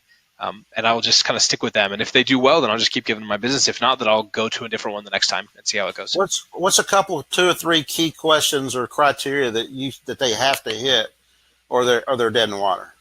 What's important to you? Yeah, so obviously for me, one of the easiest ways to rule it out is pricing. If they're like way higher than everyone else, they're just gone because I mean it's just not typically going to be worth it. Usually, I can find at a lower price point with a similar level of quality. Um, the other things I look for is flexibility. I usually ask them how likely it is to close a transaction in 2 weeks or less, given that it's cash, et cetera, et cetera. Kind of lay out the Land criteria. only, yeah. Yeah, exactly. So I lay out what it looks like for all kinds of deals and say, can you consistently close this 2 weeks or less? If they tell me no, then that's probably not the right fit for me. Unless everyone tells me no, then maybe that's just how it is there, you know. So you just need, I kind of usually it's tailors to the area and the kind of transaction. But I find that if I go in with a particular type of transaction and I have particular needs for that transaction, especially if it's the beginning, usually the first deal I do in the area, if they can hit all of those criteria and they're communicative and just overall responsive to what I need, especially being proactive, those are the things that I love. I'm a huge advocate for good communication. So if I feel like someone is not proactive in their communication or they're not properly responsive in their communication, I will immediately drop them, move to someone else. I've gotten stuck in relationships before where they're super uncommunicative and it just drives me crazy. So I know that's a really high priority for me. So I'll even pay more or do whatever as long as they meet, like they're going to communicate well and they're going to meet everything they say. Like, tell me what you're going to do and then do it. Like, if you can do that consistently, you're going to be good. So, Well, what about what Joe Martin? He kind of dropped a bomb in the weekly calls where he said he's using attorneys to close, and he's found attorneys that can close in 72 hours with title, and that's what they specialize in. And they said you can find them out there, but you have to go look for them. And of course, Jill and Stephen were blown away. They were like, "Well, we don't use attorneys, but now I think we're going to take a look at that." yeah, Have you considered 100%. that? Are you familiar with it? I certainly have. I'm pretty happy with how fast stuff gets done with my current title companies, but it is definitely something I'm going to look into in new areas. Right? Is there attorneys? Because I've worked with real estate specific attorneys that have been a disaster. So you definitely got to go in and know like this is a good attorney and let's try it with. So Well, if they can't get it done, if they can get it done in 72 hours with title, then that they got to have something on the ball. that is impressive stuff. Yeah, for sure. So definitely, I would definitely be open to that. The other thing I'm actually considering right now is doing a transaction or two with Reezy. Are you familiar with them? REAISE, something like that. Um, I so think they I've heard of that. Yeah, they recently propped up in some of the groups that I had a conversation with them recently last week, and they're really interesting to me from a escrow perspective because they have a consistent escrow fee across the board, right? So like for example, escrow fees for a $40,000 piece of property in Phoenix are like $250, right? Escrow fees for a $40,000 piece of property in Portland are $1,200, Whoa. and that's like everybody in Portland starts at $1,200. Like that's just the price. And I'm sure there are exceptions, whatnot, but like that's just, I talked to several people and they were all about that price point. So if I can find someone that will consistently deliver at a solid price point, and I have a good contact I can always go to, and they can get me title anywhere, that's pretty tempting, to go back to them all the time and just say, hey, if I can have one consistent, person who I don't have to give all my new information every time, and they will. I mean, the closing I signed today, they had like 40 pages of documents. Like, this is insane. Why do you need so much documentation to close this? I usually sign like 2 docs and they're like 5 pages total. What the heck is going on? So titles all handle it differently for sure, right? So it's if I can find a good one that consistently delivers, knows my Chicago title, preferences. is that a possibility? One I more mean, time. those guys, Chicago's title. I mean, those guys are old and they operate almost everywhere. Is it Yeah, Chicago is the one that gave me 40 pages today, so I'm not really keen on that. but, So, but do you negotiate with these guys and say, "Look, I'm a professional investor. I only do land. Land is easy. We're dealing with cash. You're not going to. I mean, it's going to be very simple for you."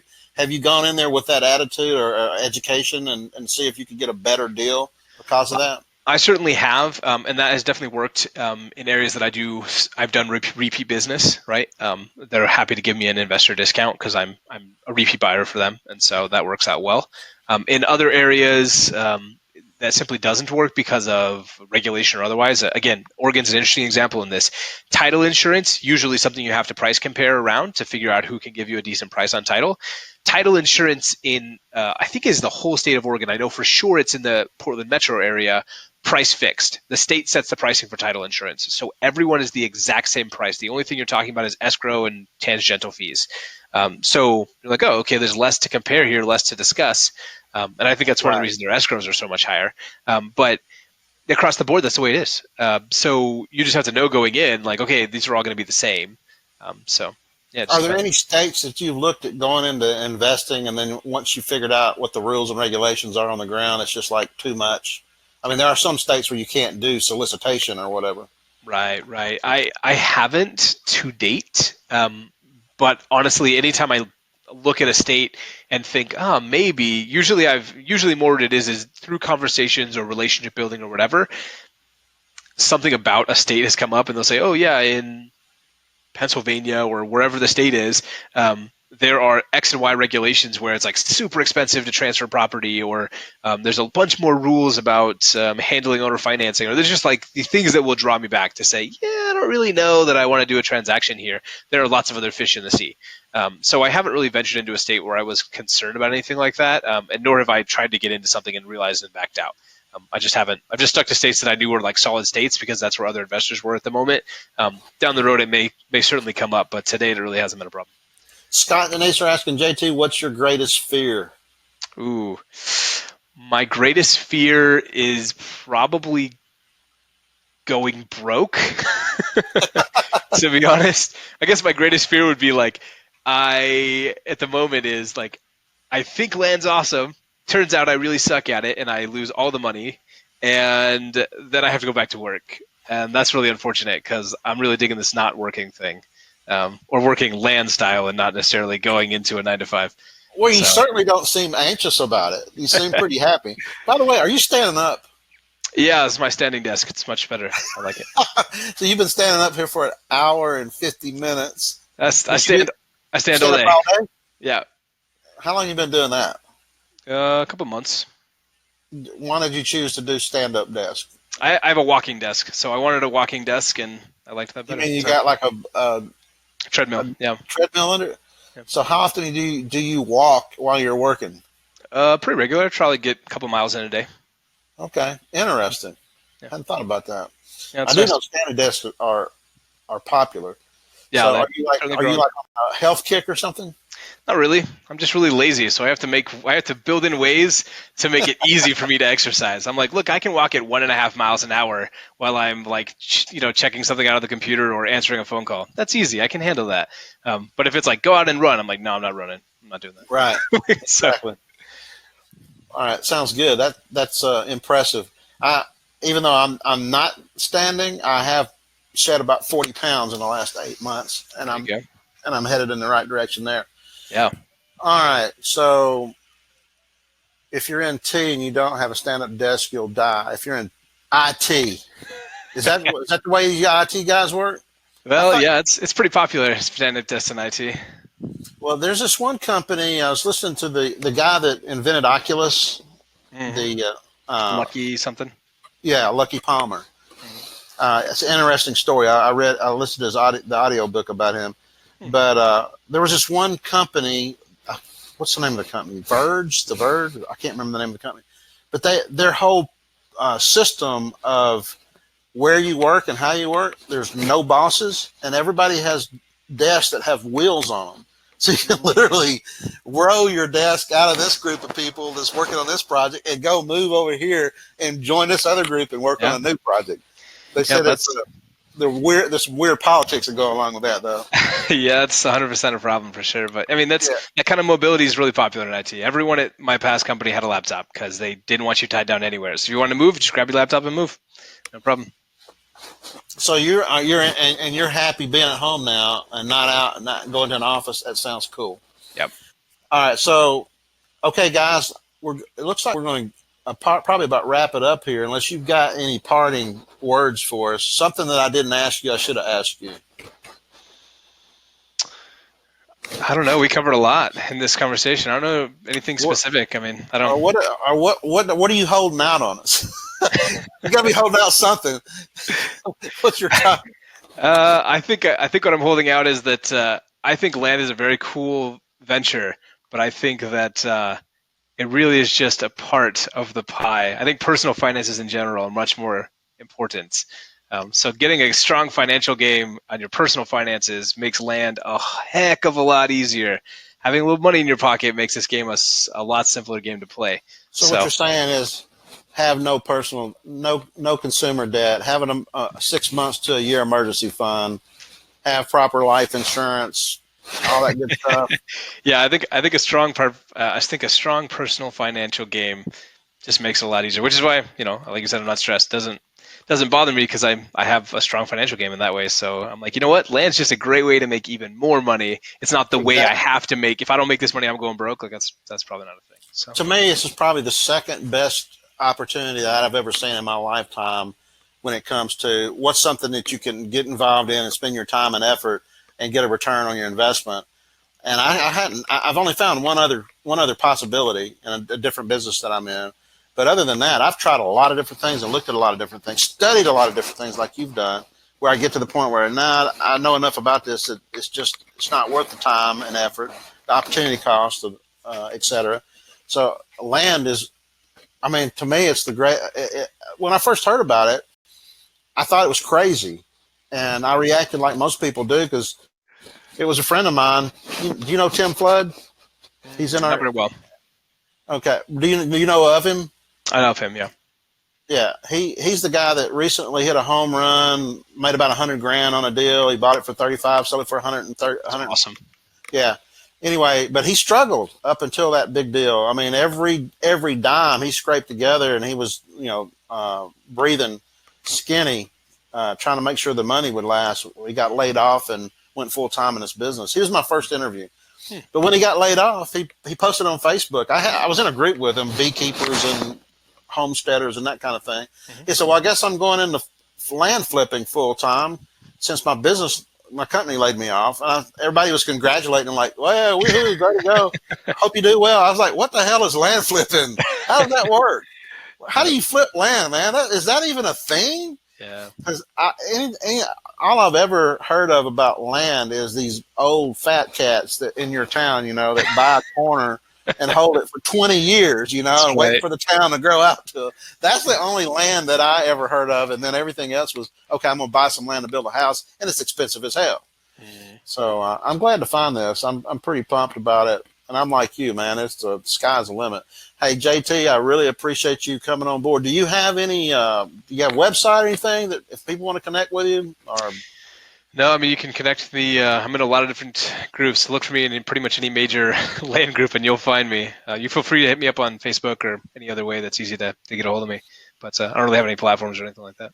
And guys, if for whatever reason, if you guys wanted to know about Land Academy is one of the places that we're both a part of. And if you decide that you want to join Land Academy is generously offered a $500 discount from their joining fee through buybyland.com, which is my website. So if you put in buybyland as the discount code, you get $500 off. I am an affiliate, so I do get compensated for that. But heck, they're giving you a $500 discount. It's not costing you anything. If you'd like to come on board Land Academy, you can do it that way. But anyway, hey JT, I really appreciate you investing your time with me. I hope you get something out of this interview. I know the folks that watch this, you don't know how it impacts people. There's a lot of good that comes from it. You've educated us quite a bit tonight. We've learned a lot from you. I'll be sending out a replay link, guys. So if you want to come back and watch it again, and take notes, you can do that. I'll send you a link too, JT. Awesome. On the replay if you want to post it somewhere, show your friends or whatever. Hey, I appreciate you coming out. Thank you so much. Hey, well, guys, we'll see you guys next week on our next interview. Good night. Appreciate it, brother. Thanks.